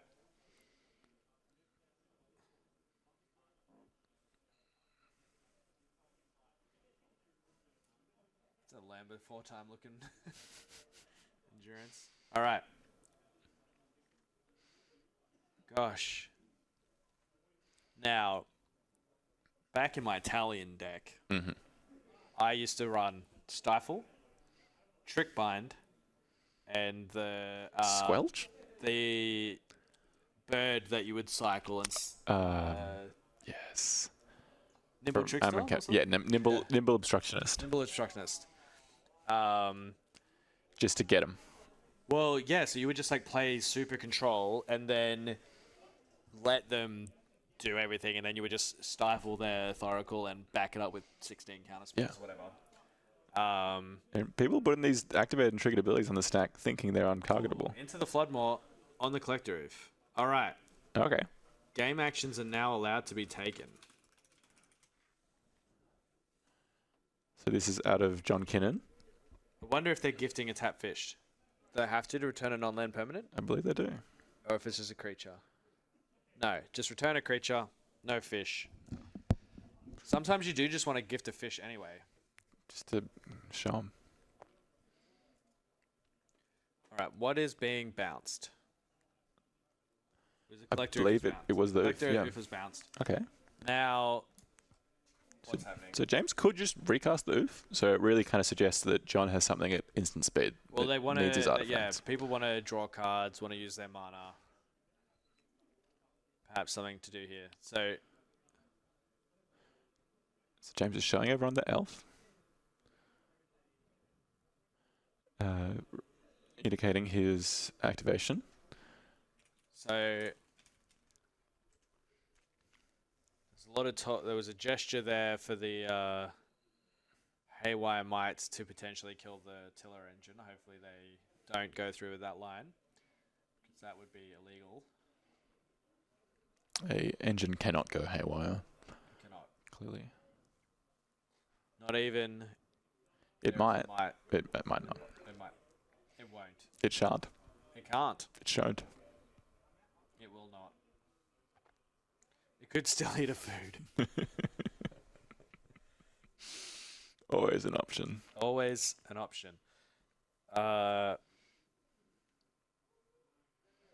Game actions continuing to be taken. So John gets another Kinnan activation off this Into the Floodmoor at the very least. John's Kinnan activation. Do we see the mammoth? We see a Finhorn elf. Finhorn Elfen. Bring that up. Bring up the German one. No, the German one. Where's the German one? Isn't it from like the? Is it not? Finhorn Elfen. I don't know if Scrabble has But it language has- settings. Zwag. Alright. So, very unfortunate Kinnan flips this game, but we do have Aston with a bunch of clues and mana. John Finn. Welcome. John activation. Neuron activation. All right. Now, Ashton is going to see if anyone wants to buy his cabbages. This is the classic stage of the game where someone's put a win attempt on the stack and everyone's just trying stuff. Yeah. Just seeing what they can do. Yeah. If they say enough words, maybe James's head will explode. Just bamboozle them out of being able to win their game. Anything you can put on the stack has a chance of stopping this Aftermath Does. analyst. All right, we're cracking a treasure. Now we're cracking a clue. Yeah, look at all these stuff tries just going for it. Yep. The clue triggers the Unagi of Kyoshi Island. So John will draw Does. 2 Ooh. cards. John draws. John cards. That's what they call him. John cards, I believe.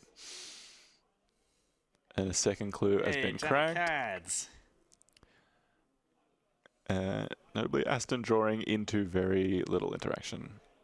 You would expect that the Cabbage Merchant deck would be loaded with interaction. That'd be based on what exactly? So you've got Endurance. That's 1. You've got Veil of Summer. That's 2. Doesn't count. That's You've 1. got Crop Rotation for Talon Gates. 1.5. That's 2. That's 2. I'll give you 2. You got Nature's Claim. Is it in the deck? Probably not. You can eat a food with it. Verdant Command. Target player creates 2 tap squirrels. Exile target card from a graveyard. That's relevant. You choose 2? It's a That's a command. heater. It's a command. You always choose 2. Exile target. Yeah. Basically, Coslay's command if you think about I it. agree. Let's go Sydney. Hell yeah, James. Putting on a win attempt here. Aston. Just selling cabbages. John Command. All right, John's got the tokens out. What are John these tokens. These are these like triggers? So there is a Veil of Summer on the stack to try and draw a card. Gift. So that would give some cabbages. Mm-hmm. A Those gift of cabbages, would yes. Make some treasures. Classic merchant move is giving away your wares. Valley Floodcaller triggers, correct. Untaps. So Valley Flood, like this win attempt here on the stack. Okay, so what? So first of all, is this a win attempt? Is this a win attempt on top of the win? Is this what we're saying? They're not trying to stop the win anymore. They're just trying to win on top. I mean, Elijah has at least 4 mana hiding over there in the artifacts. Yeah. I mean, the Oracle takes 3 mana.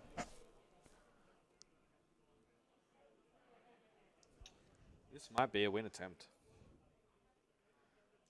There are just cards going everywhere. Tokens, everything. Still not sure what these Pokemon cards are for John. Some kind of I trigger. think that just says trigger, I think. Okay.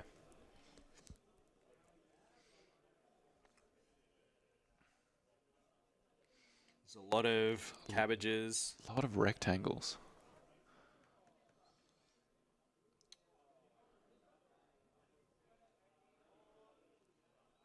Yeah. John Board State going crazy. That's the name for the filming setup, right? There might be Cabbage Man triggers. Yeah. Cabbage Man. It might also be like Valley Flood Caller Flood triggers. Caller. Also. Inagi triggers. They're probably Valley Flood Caller triggers.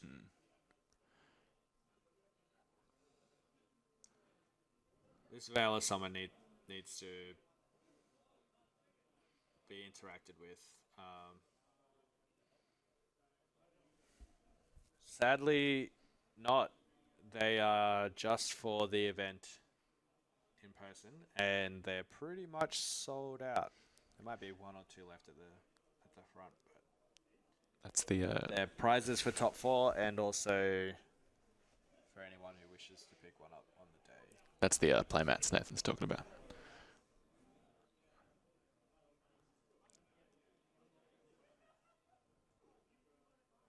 But thanks for shouting them out. I believe we're at the stage of the game where John is convincing his opponents that the Valor Summer is not a big deal, while Elijah is convincing their opponents that the Point win is not a big deal. And both of them are convincing everyone that James's Aftermath Analyst is a big deal. And James, just letting the table know he's a big deal. Aston's just here for the ride, I think.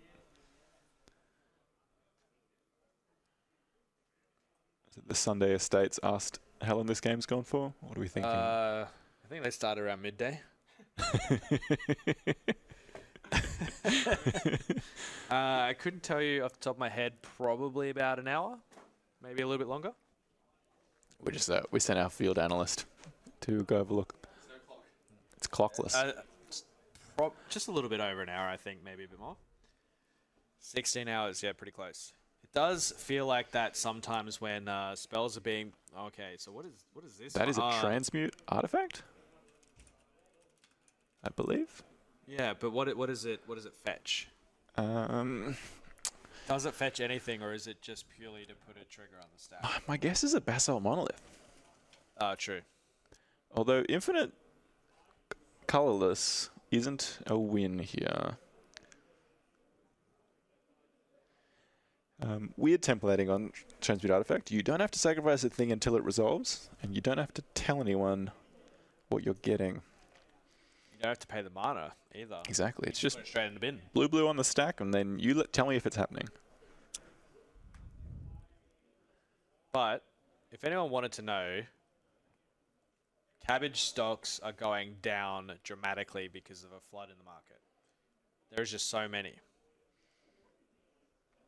What is this? Okay, finally the Cabbage Merchant is going to cast a spell. Notably, it's not a blue or black spell, so it can be cast. Now that has to be a food mid-range card right there. Food fight? Food fight? Is it? It might be food fight, and then everyone like fights in a circle.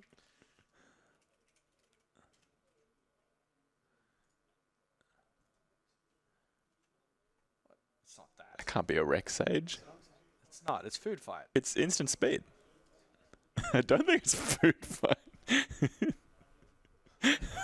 That's a red No, card. what's the green one that like your creature fights another creature and then it fights another? They go around. I was thinking Knight of Sweet's Betrayal, but that's definitely not it.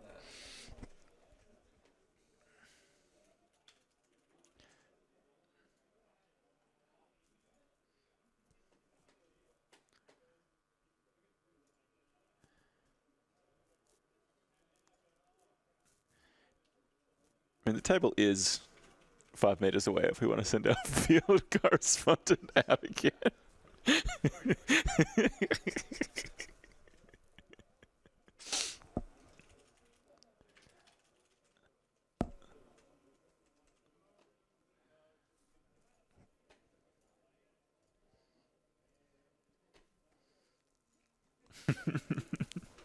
He's got to flash Astrid Path every time just in case. Commandeer on the stack, taking control of what I assume is a food fight.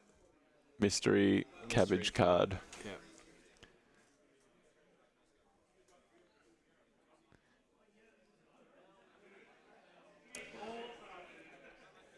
There's a lot of gesticulation and noise coming out. You can hear people excitedly commentating on the game.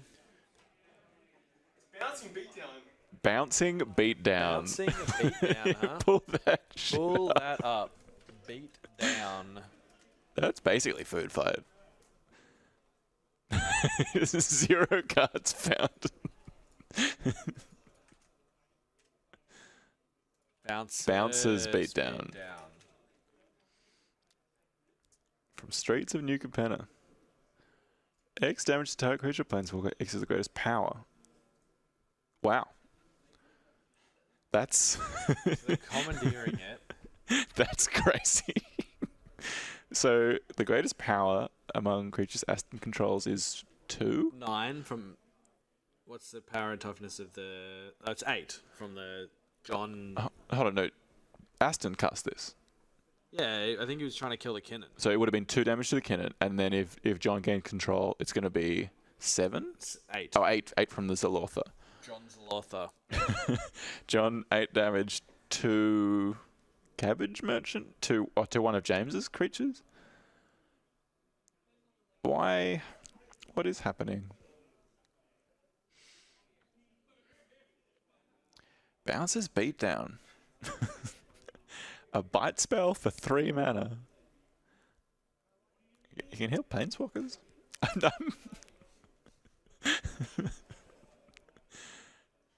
This is yeah. There's still one more game after this. That's a that's a card.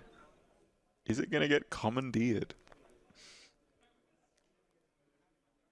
Remember, we're still in response to this Aftermath Analyst activation from James. Yeah, this is all happening at instant speed due to Valley Flood Caller. So this is a pretty cool way to go. No, this is top 10. There are 2 pods playing. Not sure if the other pod is still going. So our top 2 finishes went directly into the top 4, and then we've had 2 pods for the remaining 2 slots.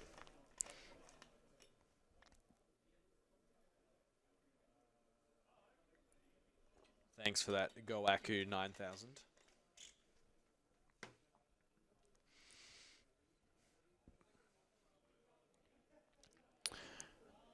Alright, so Commandeer on Bouncers Beatdown.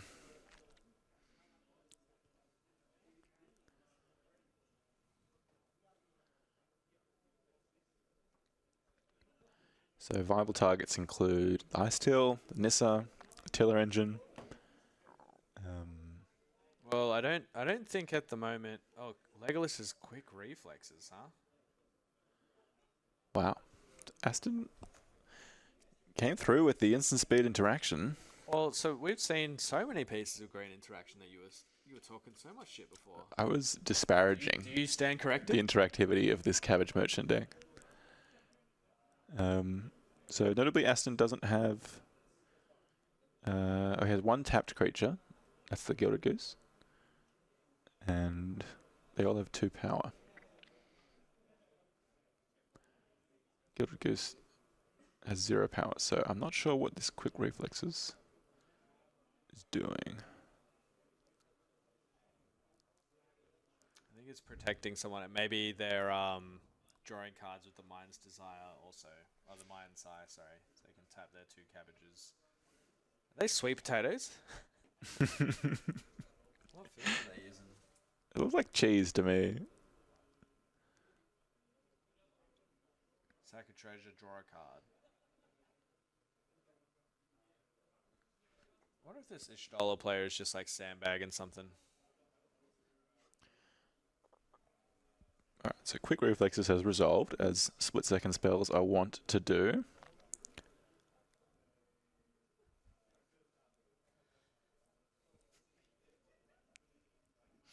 Alright, we're resolving our triggers now. Bounces beat down. It's going to probably punch the Cabbage Merchant because they seem to be the only one interacting here. It's going to beat something down. We're going to untap a permanent. I wonder if James has a way of instant speed winning on top of this shenanigans. Not seeing many cards in hand for James. But we have the beatdown, we have the Commandeer on the beatdown, and we have the Transmute artifact left on the stack to resolve.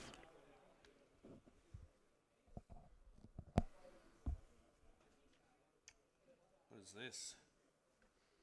Is this another trigger? That. It looks like a Pokemon card. Oh, that might be the opponent's trigger. They're just representing their board state by...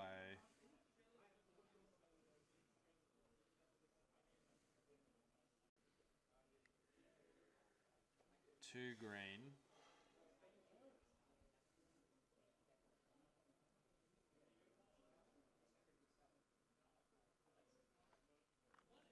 Lotus Petal. Alright, Lotus Petal on the stack.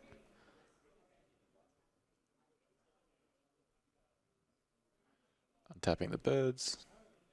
Just waiting for a Hullbreaker Horror to be flashed in at any moment here. And for everyone to be incredibly sad.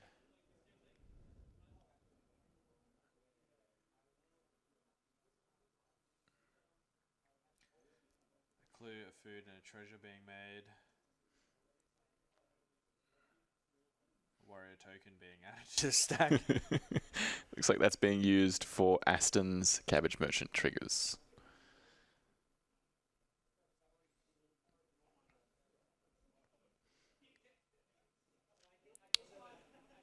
These green players are doing their best to put every permanent from their deck into play.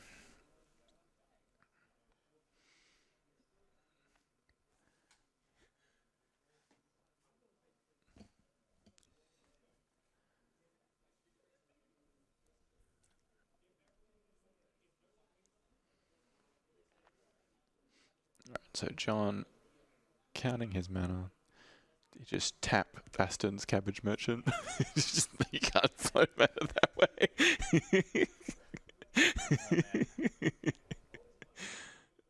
I remember when Born Upon a Wind was first printed, and everyone was going crazy for these decks that could win at instant speed. Valley Flood Caller then being printed, like, made a lot of really cool sort of decks that would just like sit there and bide their time until someone tried to win, everyone tried to stop them, and then they would just win on top. Oh, sorry, I don't have any interaction. Jokes. So we see 6 mana, it's 4 mana floated for John. Pointing at Lothar, just let you guys know I have an 8/8. Just a flex. Just a flex. We are activating, tapping some creatures for a Chord of Calling, I believe. You could see your Hullbreaker Horror in the near future. Yeah. Here comes the boy. Hopefully, Veil of Summer's resolved, so there's no counter spells anymore. Despite the Born Upon a Wind, we can't expect our blue player to do a huge amount. So I count 5 creatures tapped, 4 green. So tapping some food. And using our 4 floating green. So I count is that 6? 5, 6, 7, 11 minus 3, no, 8. This is where Yshtola flashes in an opposition agent. There is our Chord of Calling. X is 8. Not a huge amount of 8 drops in the Kinnan deck.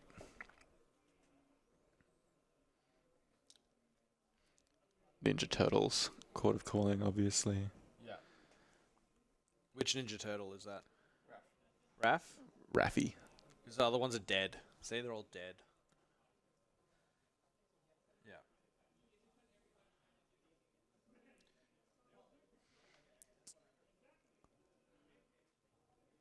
believe we're about to see some hands shaking as Infinite Mana is put on the stack. Okay, so there is a Swan Song. Despite the fact that John's spells are uncounterable, he still is casting a Swan Song, I guess, for the mana. Is he casting it on his own spell? Bring up Veil of Summer, please.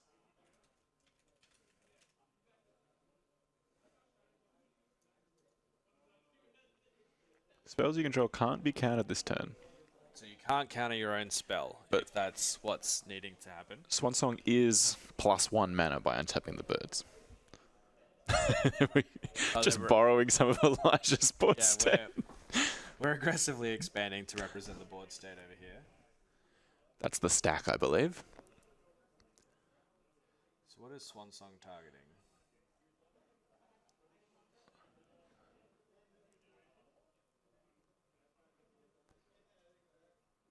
All right, one at a time. Food token, treasure token, clue token. That's off the Swan Song. Swan Song. Targeting. I believe it's targeting the cord. Untaps the bird. Oh, yeah. Now we're checking the Veil intentionally Summon. doing it. Yeah, they're saying, I can't counter my own spell. So, notably, if he goes for the Hullbreaker Horror, he'll need to cast a non-creature spell afterwards. So maybe the mana off this Swan Song is what he needs to get that non-creature. Yeah.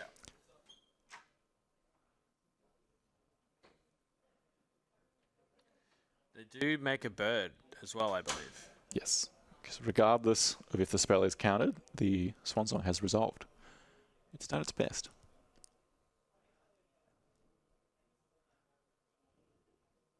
There is no time limit for the finals pods, no. But it doesn't look like this game is going to go much longer. Alright, so next up we got Quarter Calling. Right after Aston makes his nth food, treasure, and clue.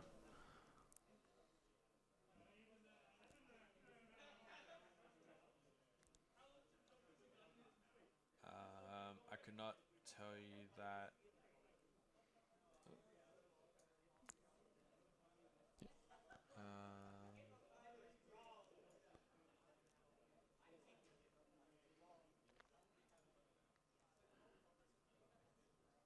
Doesn't look like it.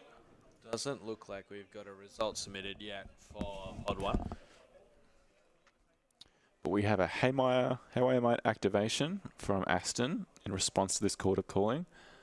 Let's just check what his target is. It's going to be the Mana Vault. Not sure if that is going to have any effect, although is that his... No, he has a Soul Ring, so he can still complete his Mindbreak Hullbreaker Trap Horror. still works here. Fortunately, only one player can have it, and it's got to be Elijah.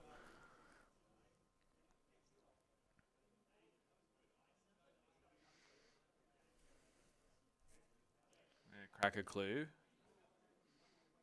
Oh, Summoner's Pact. What can you get with a Summoner's Pact that you could cast here?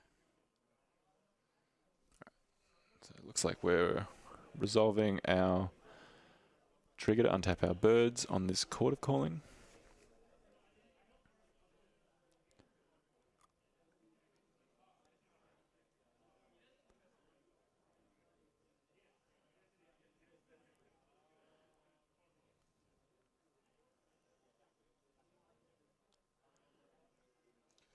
Is there a green Aven Mind Sensor? I don't think so. No. I'm trying to think. I don't think there's any green creature other than Endurance that you could possibly want to cast here. Looks like he's going to cast it anyway. Well, notably, if they can put spells on the stack and they draw the Hullbreaker Horror, that could be an out. Mm-hmm. So John is drawing just one card from every non-creature card that Aston casts. and out.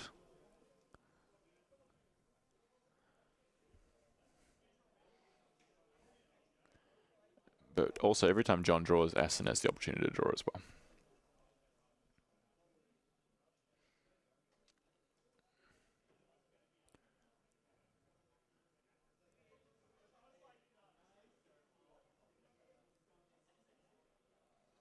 All right, Summoner's Pact back on the stack.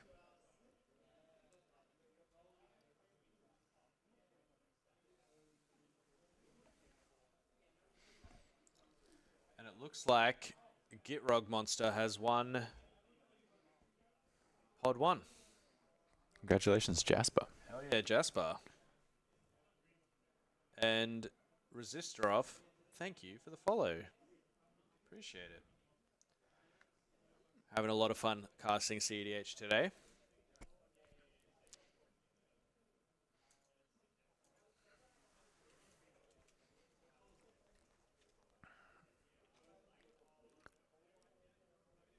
So Summoner's Pact is at its best in a turn like this, where we're unlikely to get another upkeep. But I'm not sure if it has any relevant targets in Aston's deck for this specific situation. Looks like we're just responding on top. So tapping the birds, up to 4 blue floating. Is this the Mind Break trap? No, it's a Disrupting Shoal. Can this target a 0 mana spell?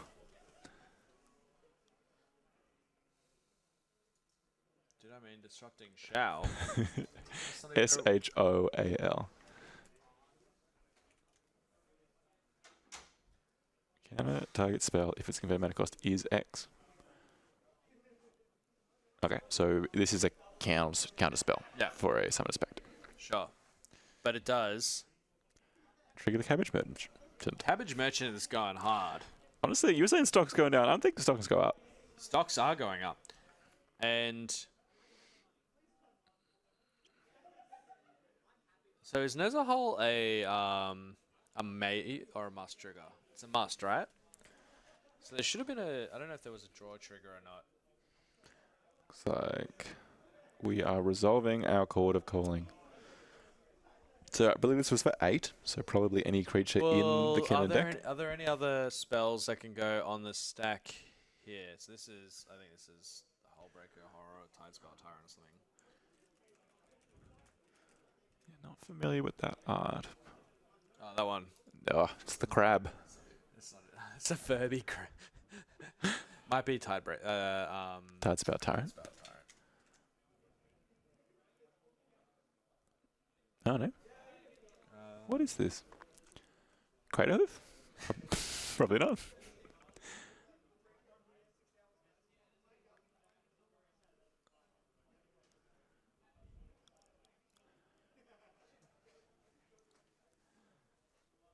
Nyx Bloom Ancient? No, Apex I'm pretty Devastator? sure it's like the Furby Hullbreaker Horror. It looks like a Hullbreaker Horror. What's it called? Woolly Angry Mammoth? No, Thorn Mammoth? No. I don't think so.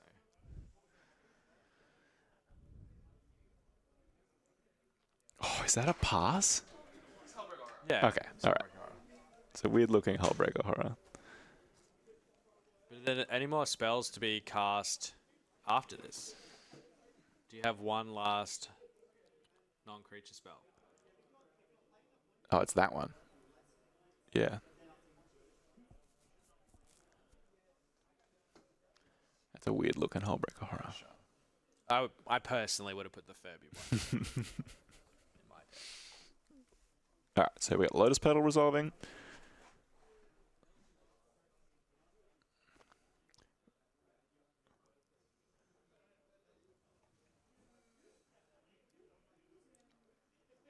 Notably, if James can still go off here, if there is no more non-creature spells to cast.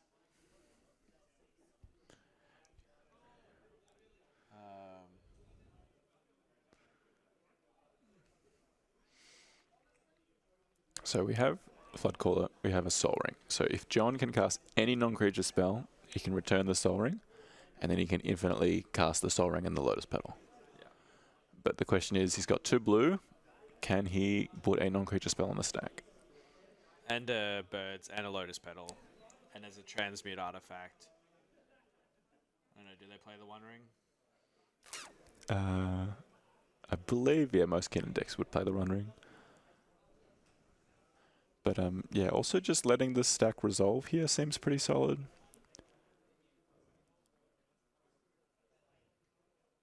There's no need to rush into things right now.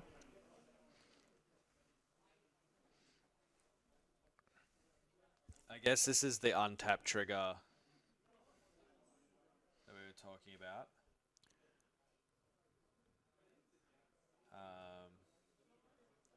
Kinnan has moved from John's board to Aston's board, probably some kind of territory play.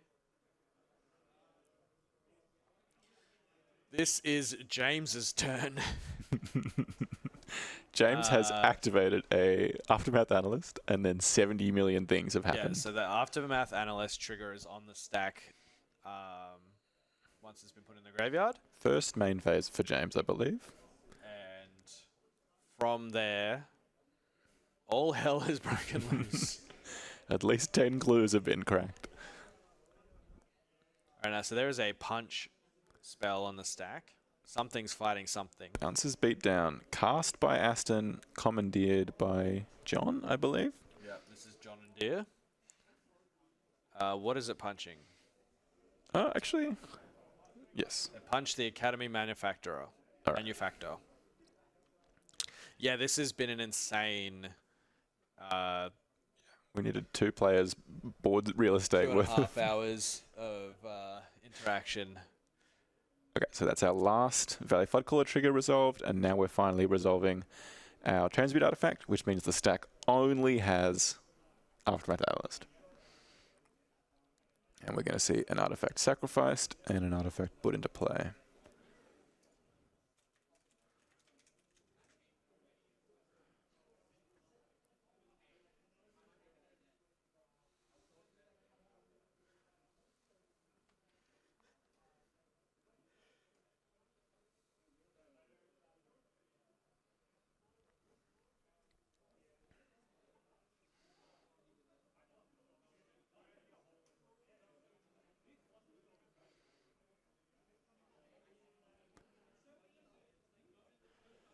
So John is deciding what artifact he's getting. Just double checking what's in his hand.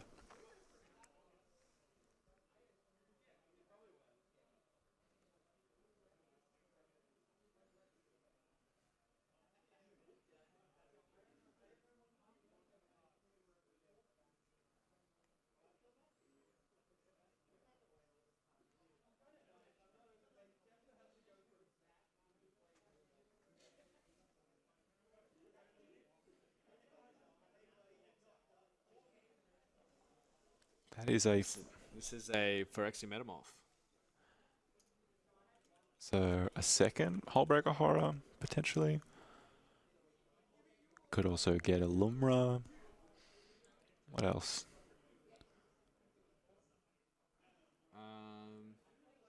Probably wants to enter the battlefield as something that gets a non-land, gets a non-creature spell. Is there anything on the battlefield that does that? I guess you could have a Formidable Speaker and you go get a creature with an adventure. Archmage of Emeritus. That's not right. So when this enters, they can discard a card, search for a creature. They already called and transmuted. How many creatures do they need to search for? Well, they could get a Tandem Lookout and then go to combat. But it's not their turn, so they can't do that. All right. Now we're back. All right, we will find out what that clone was later. We are finally resolving Wait. After all this, do we get the Aftermath Analyst? an Analyst trigger on the stack. 1. Oh, is he doing it? 2, 3, Oh my god. Oh my god. Phase out that Tidespout Tyrant, please. We got 6 lands and none of them are a Talon Gates. No, Talon Gates is there. Is it? Talon Gates is there. Oh my god. Wait. Did we just win anyway? Please. I'm sorry, John Kinnan, but that would be so sick if James won here because that battle like just whipped you out of spells to cast. So, Broker's Hideout. That's a Echoing Deeps. There's at least a Dryad Arbor. We're getting 6 triggers on Ice Oh my Chill, god, 6 Nissa. I'm genuinely excited right now. Let's go. We were just sort of sitting there just waiting for the stack to resolve, and now, after all that, I mean, it's heartbreaking for John Kinnan, but this is sick. So, John was just stuck with no non-creatures. non-creatures. Any non-creature would do it. Any non-creature wins him the game. And notably, James is going to be very scared about casting non-creatures into this Nissa hole. Yeah, but he can just phase out the Tidespout Tyrant. What did the clone hit? I've no idea. Could have hit a second Tidespout Tyrant. We have something phased out. Is that a Kinnan? No, Kinnan's down here. Kinnan, went on an adventure somewhere else. I'm not sure what's been phased out. Is that the Tyrant? Yeah, it must be. I think the Tyrant has been phased out. Wow. I guess the Phyrexian Metamorph maybe came in as a copy of the thing. So Broker's Hideout. Sacrificing. Gonna go get our basic before we resolve our Ice Steel trigger. Every land is a basic land. It's not in play. It hasn't been cast yet, right? Or is that it at the bottom? John Metamorph. Maybe. Oh, the Broker's Hideout gains you life when it... It's like a... I mean, he's on 7, right? 6, 7. Somewhere in that range. Don't look at me like that. I know what I said. You can so also, we're getting a forest. you can tap down the Lotus Petal.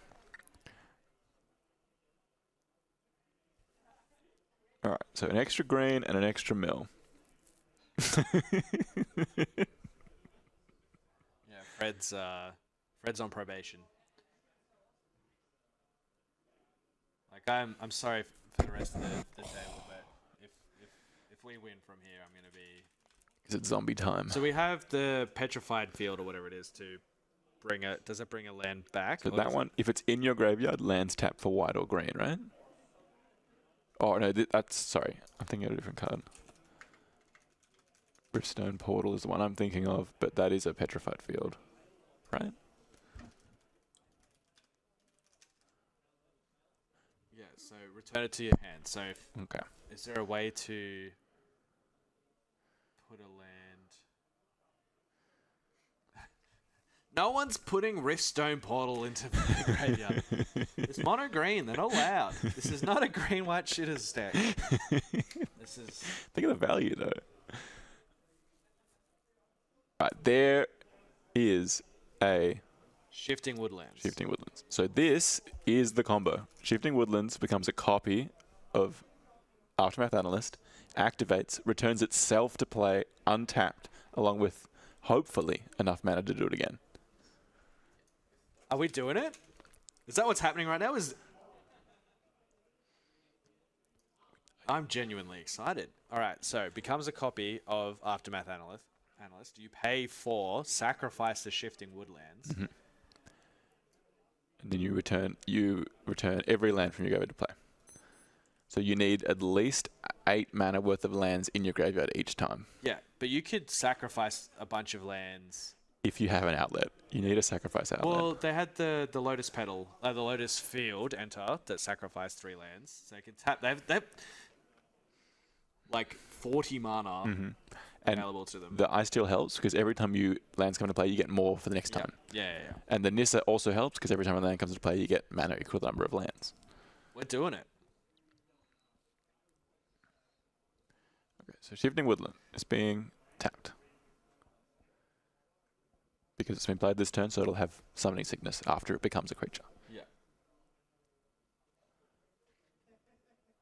We're assuming we have Delirium. It looks like we probably do. Going to 5 green, activating, making it a copy, sacrifice, do the thing. So 2 and 2 green to become an Oh Analyst. no. 3 and a green to Stop activate. gesturing like someone has game actions to take. Let him win! Oh, he's trying to represent a loop, I guess. I'm doing this. Look, it's gone Let me backwards win. and forth. Yeah. Okay, so it's become an Analyst. It's been activated. 1 mana floating. What lands are we getting back? Woodlands, number 1. A Field of the Dead, number 2. A Broker's Hideout, number 3.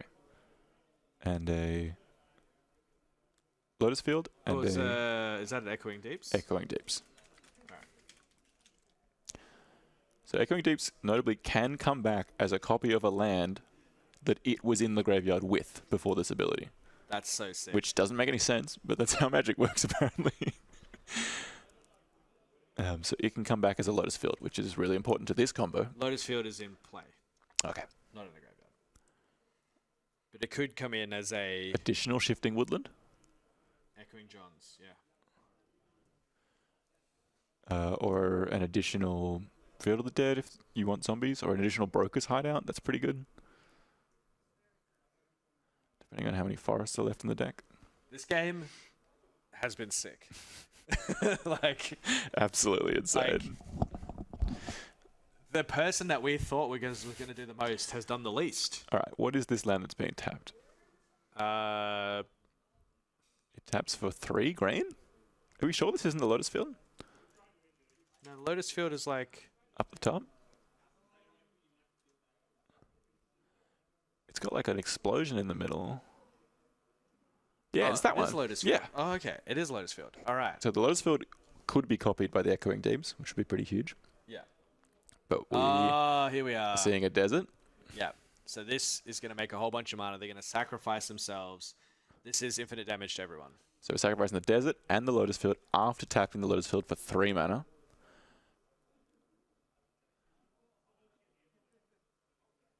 Do you have anything? Do you have anything? Do you have anything? We're all dead.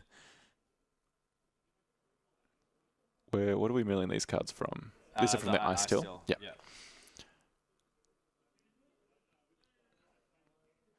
So we have a way of... the Hideout will sacrifice? We have everything. So here we're getting back Lotus Field, our Sunscorched Desert, and our Broker's Hideout each time. The Broker's Hideout will sacrifice every time regardless if we have forests left. So we're getting 3 mana from our Nissa trigger, and we're getting 5 mana from the lands. That's 8. That means we can activate the Shifting Woodland for 4, and we can activate the Aftermath for 4. So we break even on mana, but we get a Desert coming into play every turn. That's a 1 damage to every opponent every time. Sick. You'll mill your deck out, but who cares? Because everyone will be dead. You make a zombie. Yeah. I have zombies now. They're not relevant, but I have them. They're going to show... Oh, it's hand sharing time. It's collaborative effort to stop dying. A moment ago... No. Yeah. Wow. No non-creature spells for John. I'd be doing slamming the table. Stop kingmaking! I just want to win! Please! Wow. The fact that it's exactly 8 mana off each activation is crazy. Yeah. They've all showed each other their hands. They're all ready to shake them. Shake my hand. Wrap it up. Just face it, no one can beat Lumra. It's not even the command, it doesn't matter. Lumra has impressed me. This Nissa deck has impressed me a lot today. Seen these really cool games. It's just like, yeah, you were talking before about stifle effects. That's what you need to beat a Lumra. Yeah. You just can't interact on the regular basis. There's the hand. Hey. Wow. Hell yeah. Incredible. I'm assuming James won that. There was no shenanigans. Yep. That's so sick and so clutch. And so rough for John to not have a single non-creature spell to trigger that Hullbreaker horror. They call him John Creature, not Exactly. John Non-Creature. Wow. Well played to everyone. That was a sick game. Very excited to see our finals match after this.